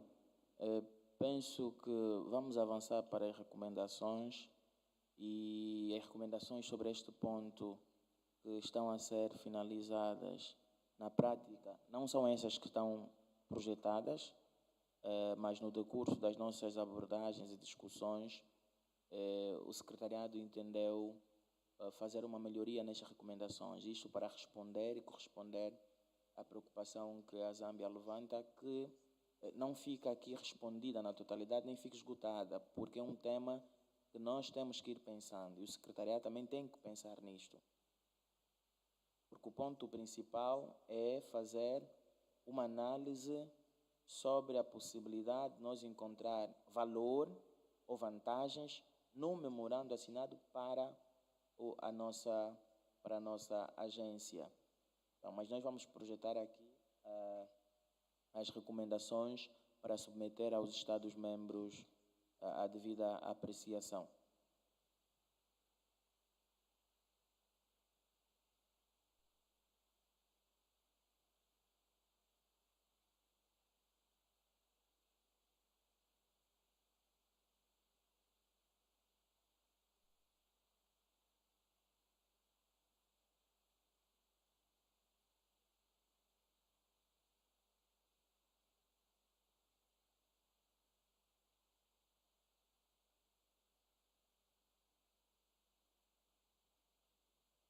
Thank you very much, Chairperson.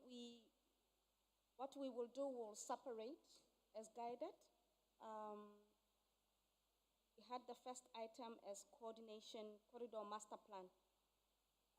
Then you have 4.1.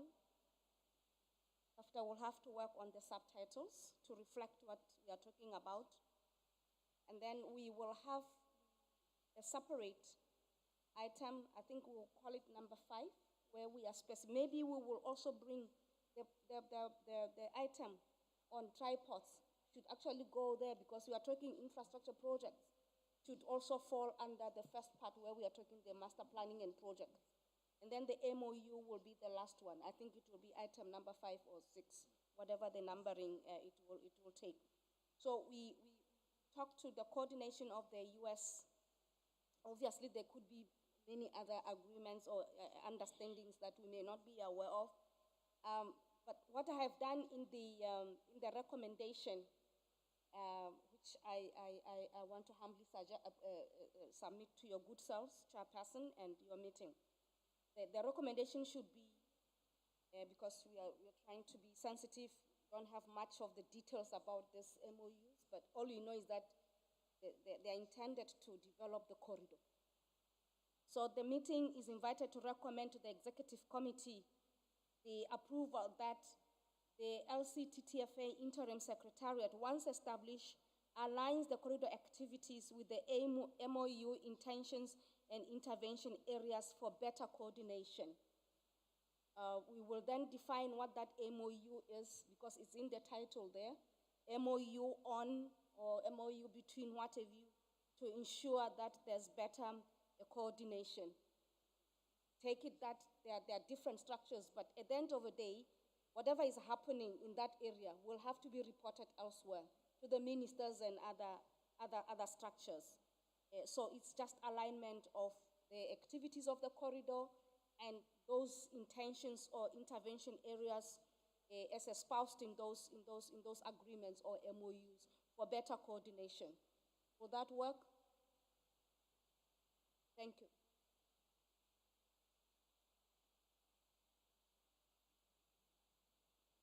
Obrigado, secretariado. Pensamos nós que os Estados-membros ouviram atentamente as alterações que o secretariado se propõe a fazer, e bem como as contribuições também que já estão projetadas na tela, e submetemos à consideração dos Estados-membros qualquer comentário adicional em função da abordagem que foi feita pelo secretariado, antes de avançarmos para o ponto a seguir.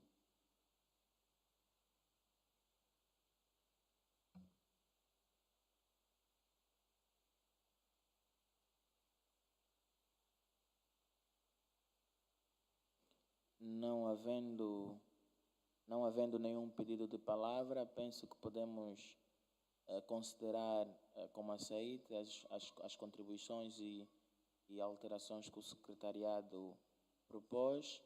No entanto, poderíamos passar para o ponto a seguir, que está intimamente ligado com o estabelecimento dos portos secos do corredor do Lobito para a RDC e a Zâmbia. Estou recordado que o meu colega da Zâmbia, quando começou a fazer uma intervenção no ponto anterior, fez referência a isto. Agora nós iremos efetivamente abordar esta questão dos dry port, pelo que nós passamos a palavra ao secretariado para fazer as notas introdutórias.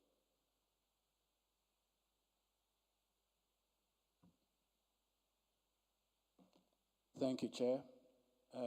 So item 5, establishment of the Lobito Corridor Dry Port for DRC and Zambia. 5.1, the meeting we'll recall that on the 27th of January, member states signed an agreement. And during the signing of the agreement, there was a mention for allocation of dry ports for DRC and Zambia at the port of Lobito to facilitate the ease of transit operations and trade among the 3 corridor member states. So 5.2, roadmap and framework for the dry ports. The meeting is invited to note that the dry ports will be guided by other bilateral initiatives on the Dar es Salaam and Walvis Bay.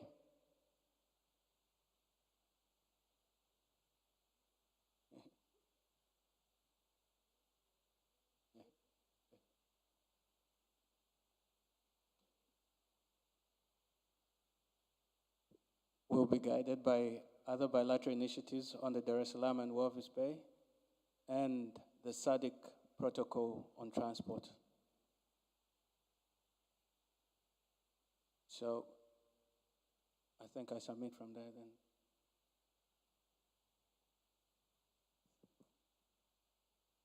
Muito obrigado, secretariado.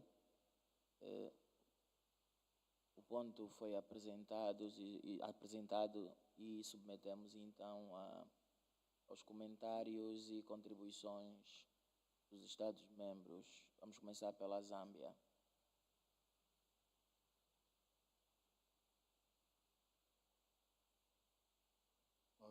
Thank you again, Chair, for the recognition. In the recommendation, I see another transport sub. Zâmbia. Nós ainda não chegamos nas recomendações. Ainda não chegamos nas recomendações. É importante comentar o que está acima. As recomendações não foram apresentadas, porque as recomendações podem ser alteradas em função das suas contribuições. Somos peritos e vamos contribuir para o documento.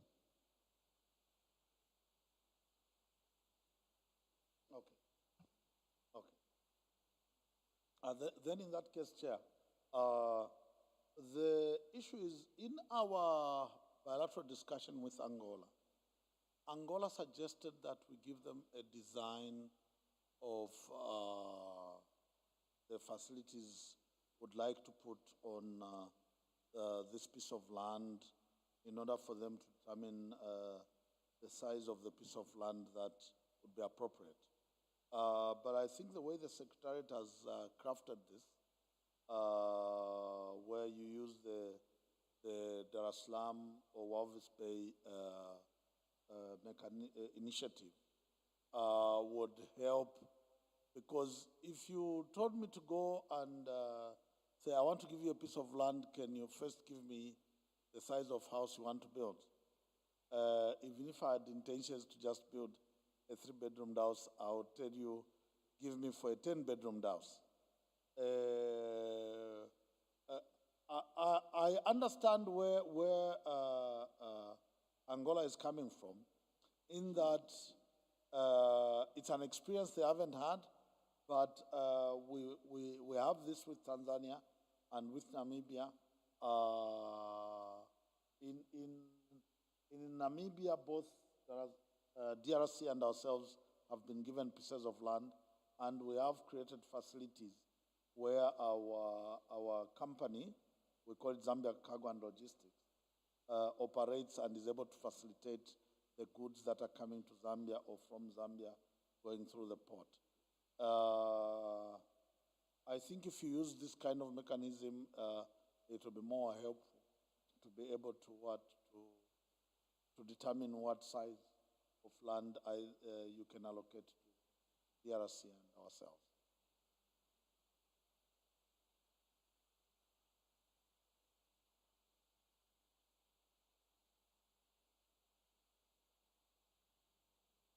DRC, please.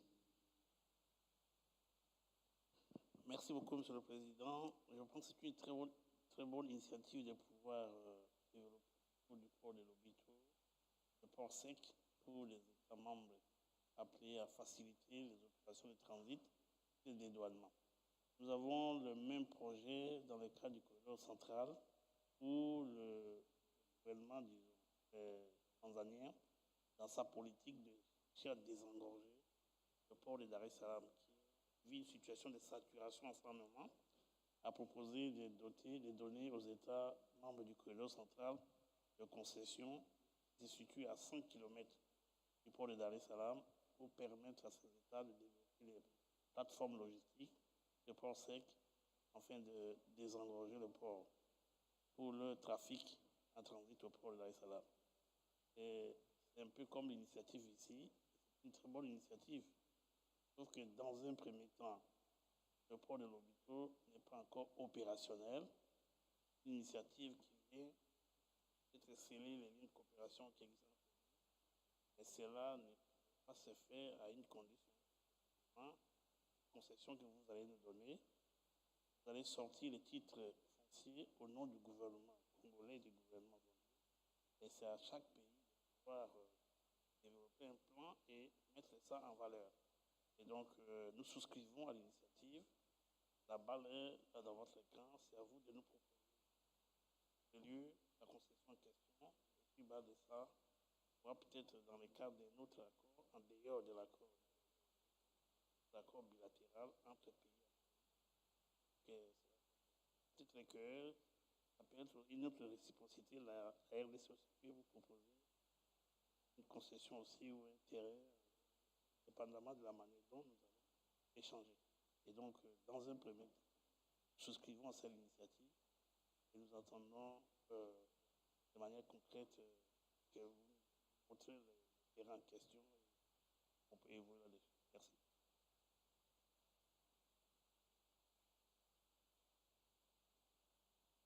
Obrigado, RDC.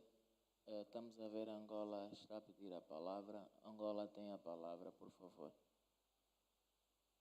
Obrigada, presidente. Com a vossa permissão, em relação ao assunto que se coloca aqui sobre os portos secos e aqui a funcionar por causa da necessidade da constituição das zonas francas, é do interesse de Angola ter esse projeto desenvolvido com as partes, mas, no entanto, nós solicitamos da parte da RDC e da Zâmbia as propostas concretas e sobre a vossa necessidade para, então, podermos apresentar as sugestões nas próximas reuniões sobre as áreas e como é que poderá, então, funcionar estas questões. Porque, a nível do Ministério, nós já temos estratégias, mas precisamos de saber o que é que vocês precisam e ter as vossas necessidades devidamente identificadas. Obrigada.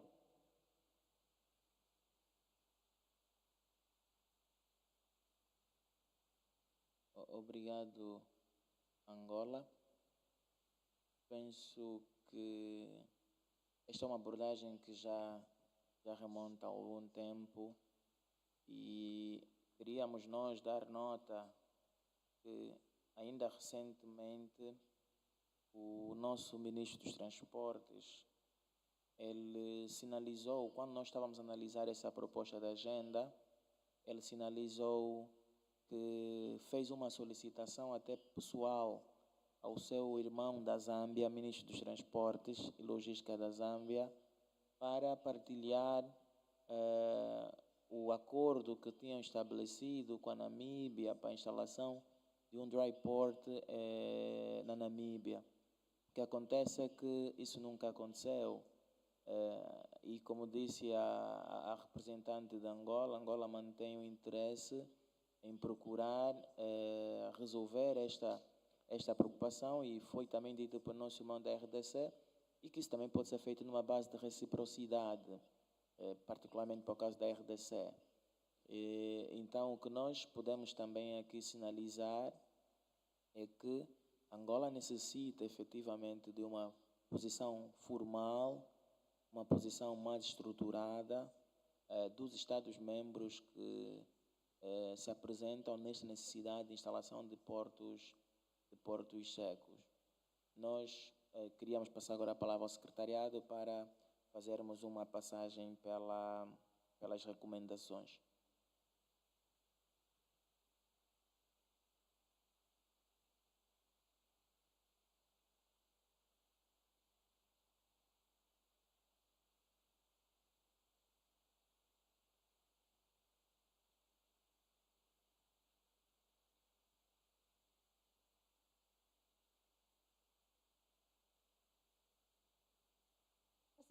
I'm not so sure about this, but what we hear is by March.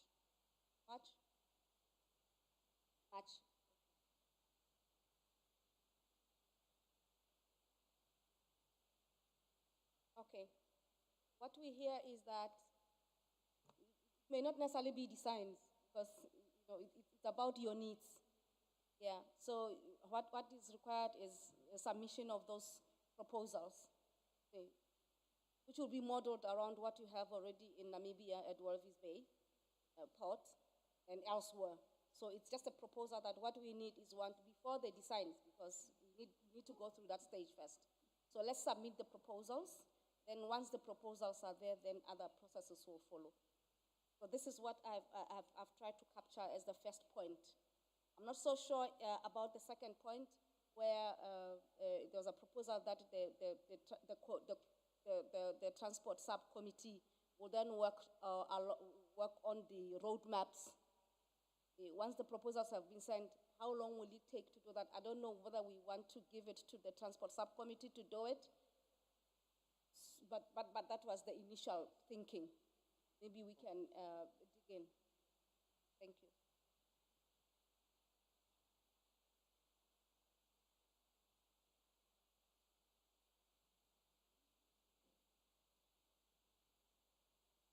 Vamos dar a palavra aos Estados-membros, começando pela Zâmbia. Zâmbia, feel free, please. Thank you, Chair. While we haven't put it there, I have noted the issue of, we will still share with you the agreement that we have with Namibia. And we'll be able to write, to indicate the size of land that they've given us there. If I can get the measurements also for the one for Dar es Salaam, we'll do that as well. The issues about the subcommittee establishing the roadmap, for me, it's a lot more about leaving it to the interim secretariat thereafter to be able to work around the steps that follow and be able to communicate to the countries.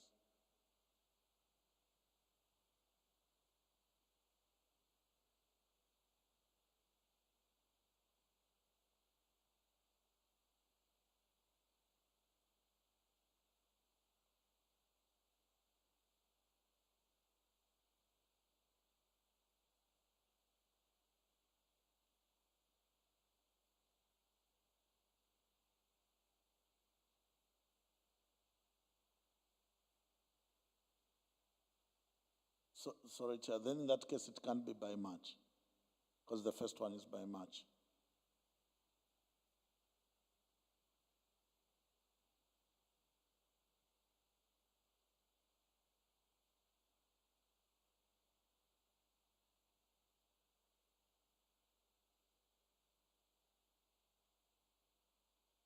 Depends what would be suitable thereafter, June? Because remember, the Angolan side will not just receive then get back to you. They have to do internal consultations. And then that's when, okay, so, yeah, September should be fine. If it happens before, the better.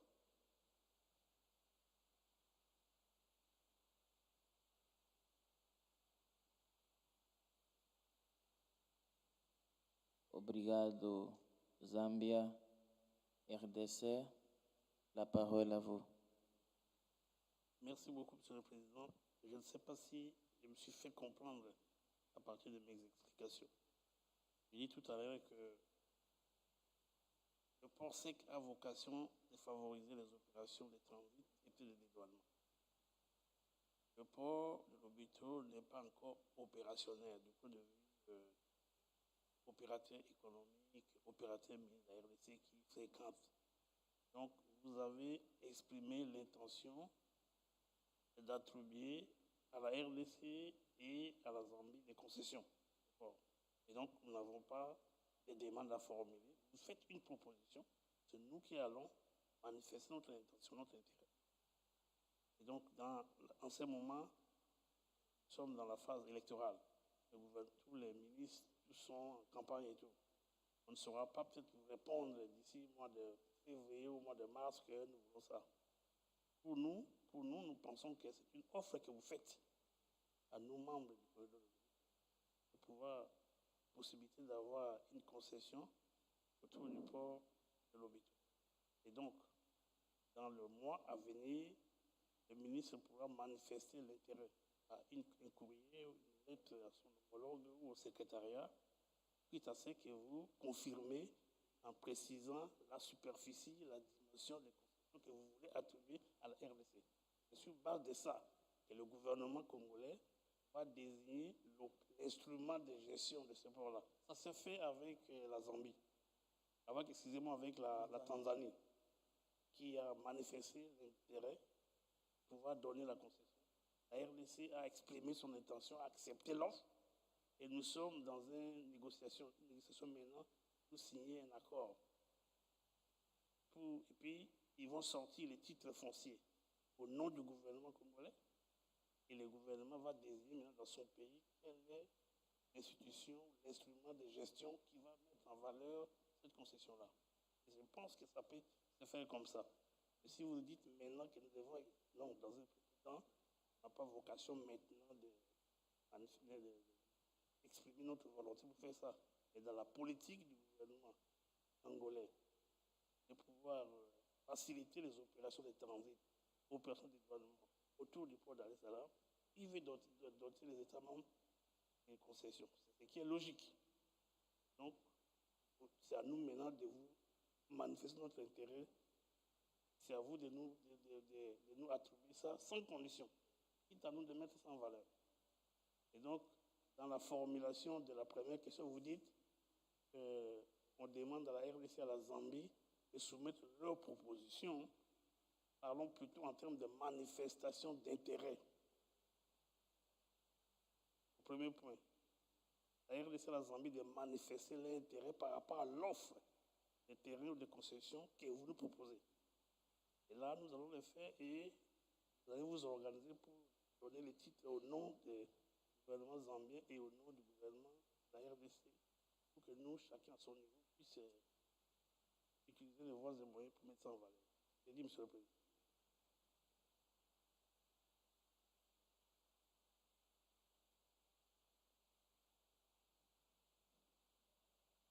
RDC já terminou?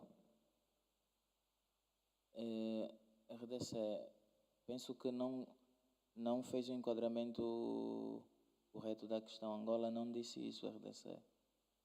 E o que está aí espelhado nas recomendações não foi isso que a RDC acabou de dizer.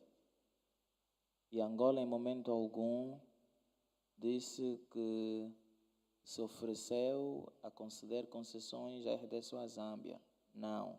O que nós temos em termos de histórico é que nós já recebemos solicitações, e falo em particular da Zâmbia porque tenho visibilidade disso, da instalação de um dry port no porto de Lobito. Acontece que a Zâmbia, até o momento, não teve ainda qualquer tipo de discussão técnica ou mais aprofundada sobre o assunto com a parte angolana.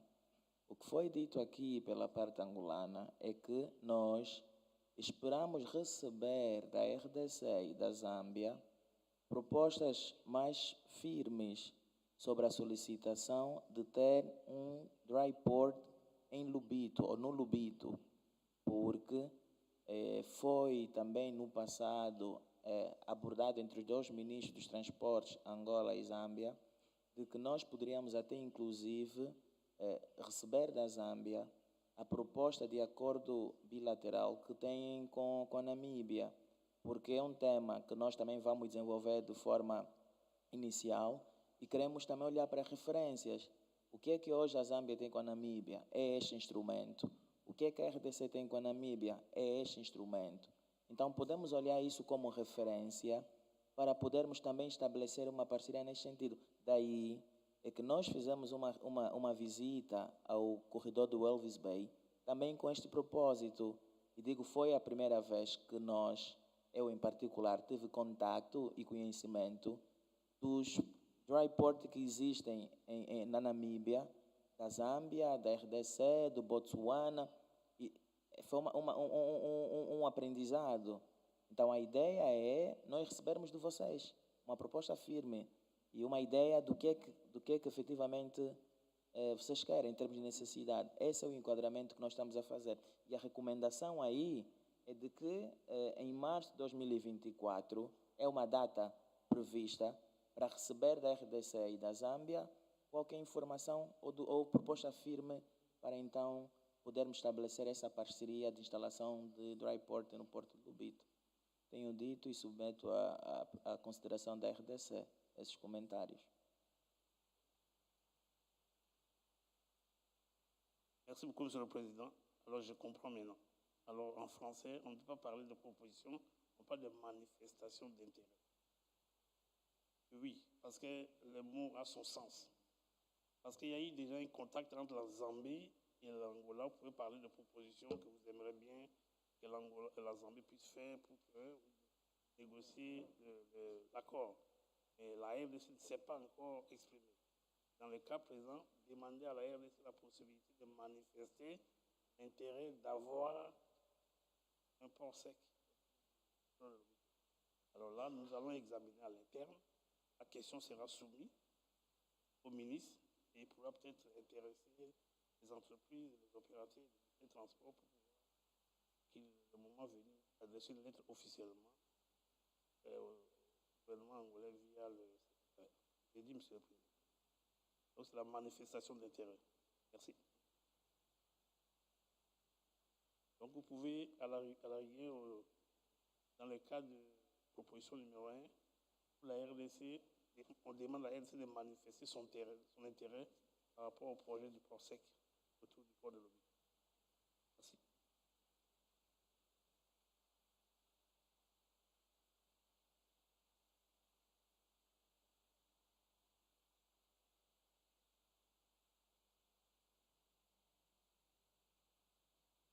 My brother Roger, please, only to follow the screen.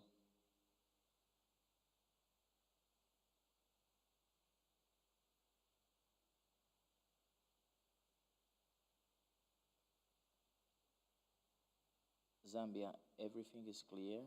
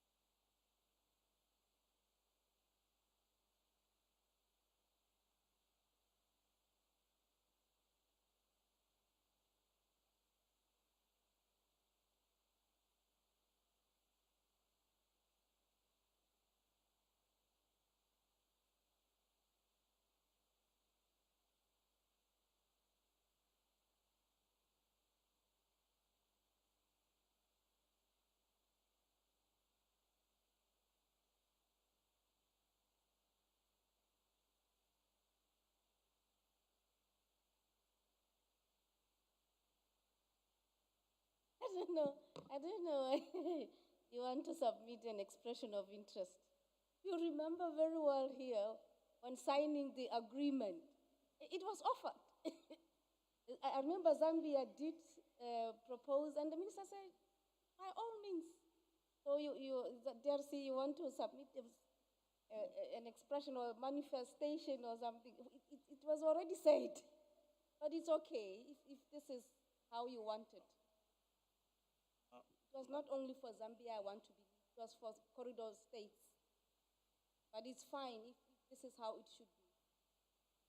Thank you. Merci beaucoup, Madame, pour la réplique. Le mot a son sens. Hein. La Zambie avait exprimé clairement le besoin d'avoir un port sec. La RDC n'avait pas exprimé le besoin. Mais c'est important pour faciliter les opérations de transit, qu'on développe la plateforme logistique, le port sec, pour faciliter les opérations de transit, de développement. Mais moi, j'aimerais, nous cherchons à avoir le meilleur pratique. On va faire les choses au niveau du port de Lobito. Cet exercice, nous l'avons fait au niveau de la Tanzanie et on l'a fait aussi avec la Namibie. Donc, la RDC va écrire officiellement que par rapport à la... Voilà, c'est comme ça que ça se passe. Il ne faut pas que je rentre au pays, je fais le rapport au gouvernement en disant que la RDC avait demandé à avoir... Mais c'est sur base de quoi la RDC avait demandé? Et donc, je veux vraiment que dans le rapport que nous allons faire, parce que ce rapport sera adressé au ministre, il voit que nous avons exprimé assez qu'on puisse exprimer la manifestation du projet. On peut avoir... Il n'y a pas de souci, madame, c'est la même chose. Et nous pensons que ça doit avoir son sens et c'est comme ça qu'il faut rendre. Merci.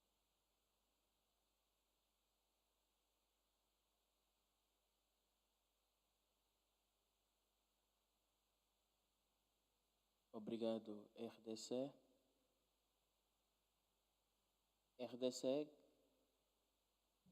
RDC. Queremos confirmar se estão confortáveis com a redação que está no ecrã.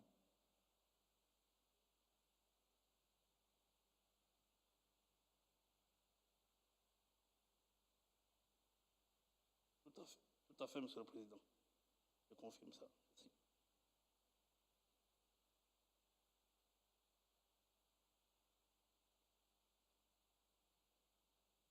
Obrigado, RDC.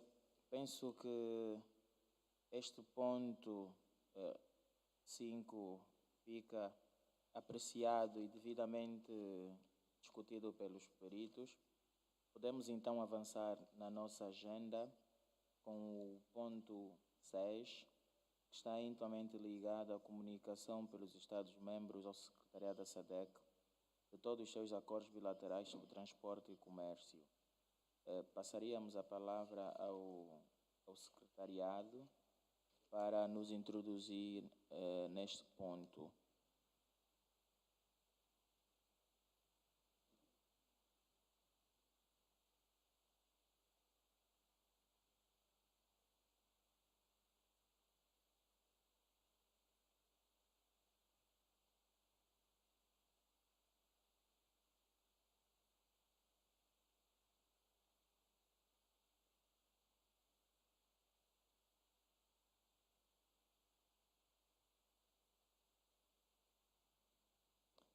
Ok, fomos aqui também corrigidos pelo secretariado em função da versão que estamos aqui a analisar e temos aqui uma correção, então vamos avançar para a adoção da nossa ata, que na prática resume todas as abordagens que foram feitas e as recomendações também que nelas estão inseridas.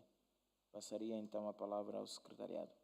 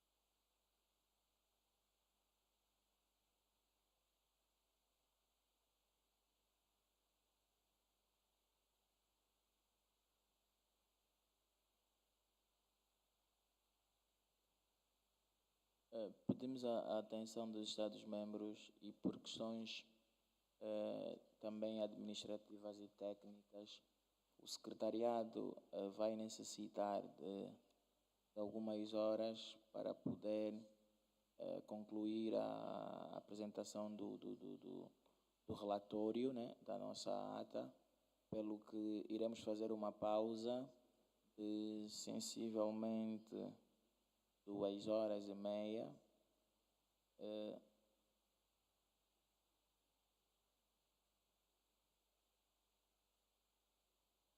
de 2h30 para poder concluir o relatório, o que significa que iríamos então passar para o almoço e depois regressaríamos para adotarmos então o relatório do nosso encontro de hoje.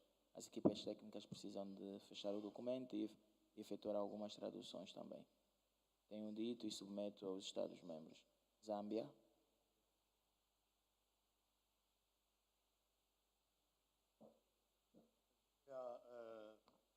Sorry for lifting even while you are still talking. I looked at the Angolan side and I said, okay, is the Permanent Secretary for Transport coming? And I looked at the chair and said, I think you represent the Permanent Secretary. Brother Tobiaso there and me are also representing the Permanent Secretaries. So I sit down and say, okay, what if these 2 hours lands up into tomorrow, that when we come and look at the report, tomorrow at 9, we'll have the 3 translations, argue about how we understand these 3 European languages, and when we finish, even the executive meeting would have agreed.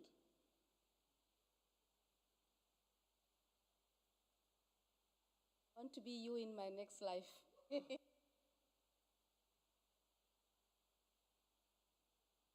DRC.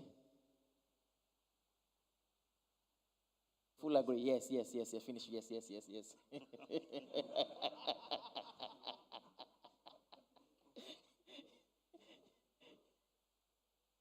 Monsieur le Président, je suis d'avis qu'on vous donne du temps pour faire les rapports et que les rapports traduisent effectivement tout ce qui est dit. On peut aller dans la précipitation, en tout cas, je suis de l'avis de collègue. Je donne du temps. D'accord? On vous donne du temps si vous pensez que vous êtes en mesure de faire un bon travail aujourd'hui, on le fait, sinon, comme il a dit, on vient demain matin. Merci. Obrigado, RDC. Pensamos nós que o consenso foi obtido, porque democraticamente somos 3 e os 12 Estados-membros disseram sim para o mesmo objetivo. Queremos com isso, mais uma vez, saudar a presença dos representantes dos 3 Estados-membros, nomeadamente Angola, a RDC, República Democrática do Congo, a Zâmbia, porque esta demonstração inequívoca de que nós temos todo o interesse em avançar com o nosso projeto. Quando nós começamos a reunião, parecia que a sala não estaria bem composta, mas no decorrer da reunião fomos vendo os nossos irmãos da Zâmbia a chegar, os irmãos da RDC a chegar, e a felicidade era tanta, porque nós sabemos também os desafios que cada um de nós enfrentou para chegar até o Lobito, mas à medida que vamos tornar o corredor do Lobito um elemento de conectividade e de conhecimento pelo mundo, também os processos e procedimentos de chegar até o Lobito serão os mais curtos possíveis. Pelo que desejamos a todos uma boa continuação, um bom almoço, e pedimos à organização que nos indique alguém da delegação que use o microfone, por favor, para dar uma indicação relativamente ao almoço e como é que as equipas se vão deslocar, se os carros já estão aí fora. Alguém da organização que pegue o microfone, por favor.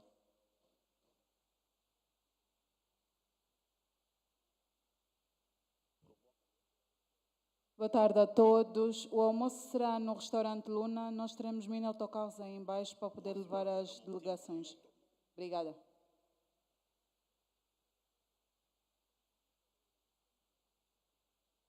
Muito obrigado. Nos vemos amanhã. Mais tarde.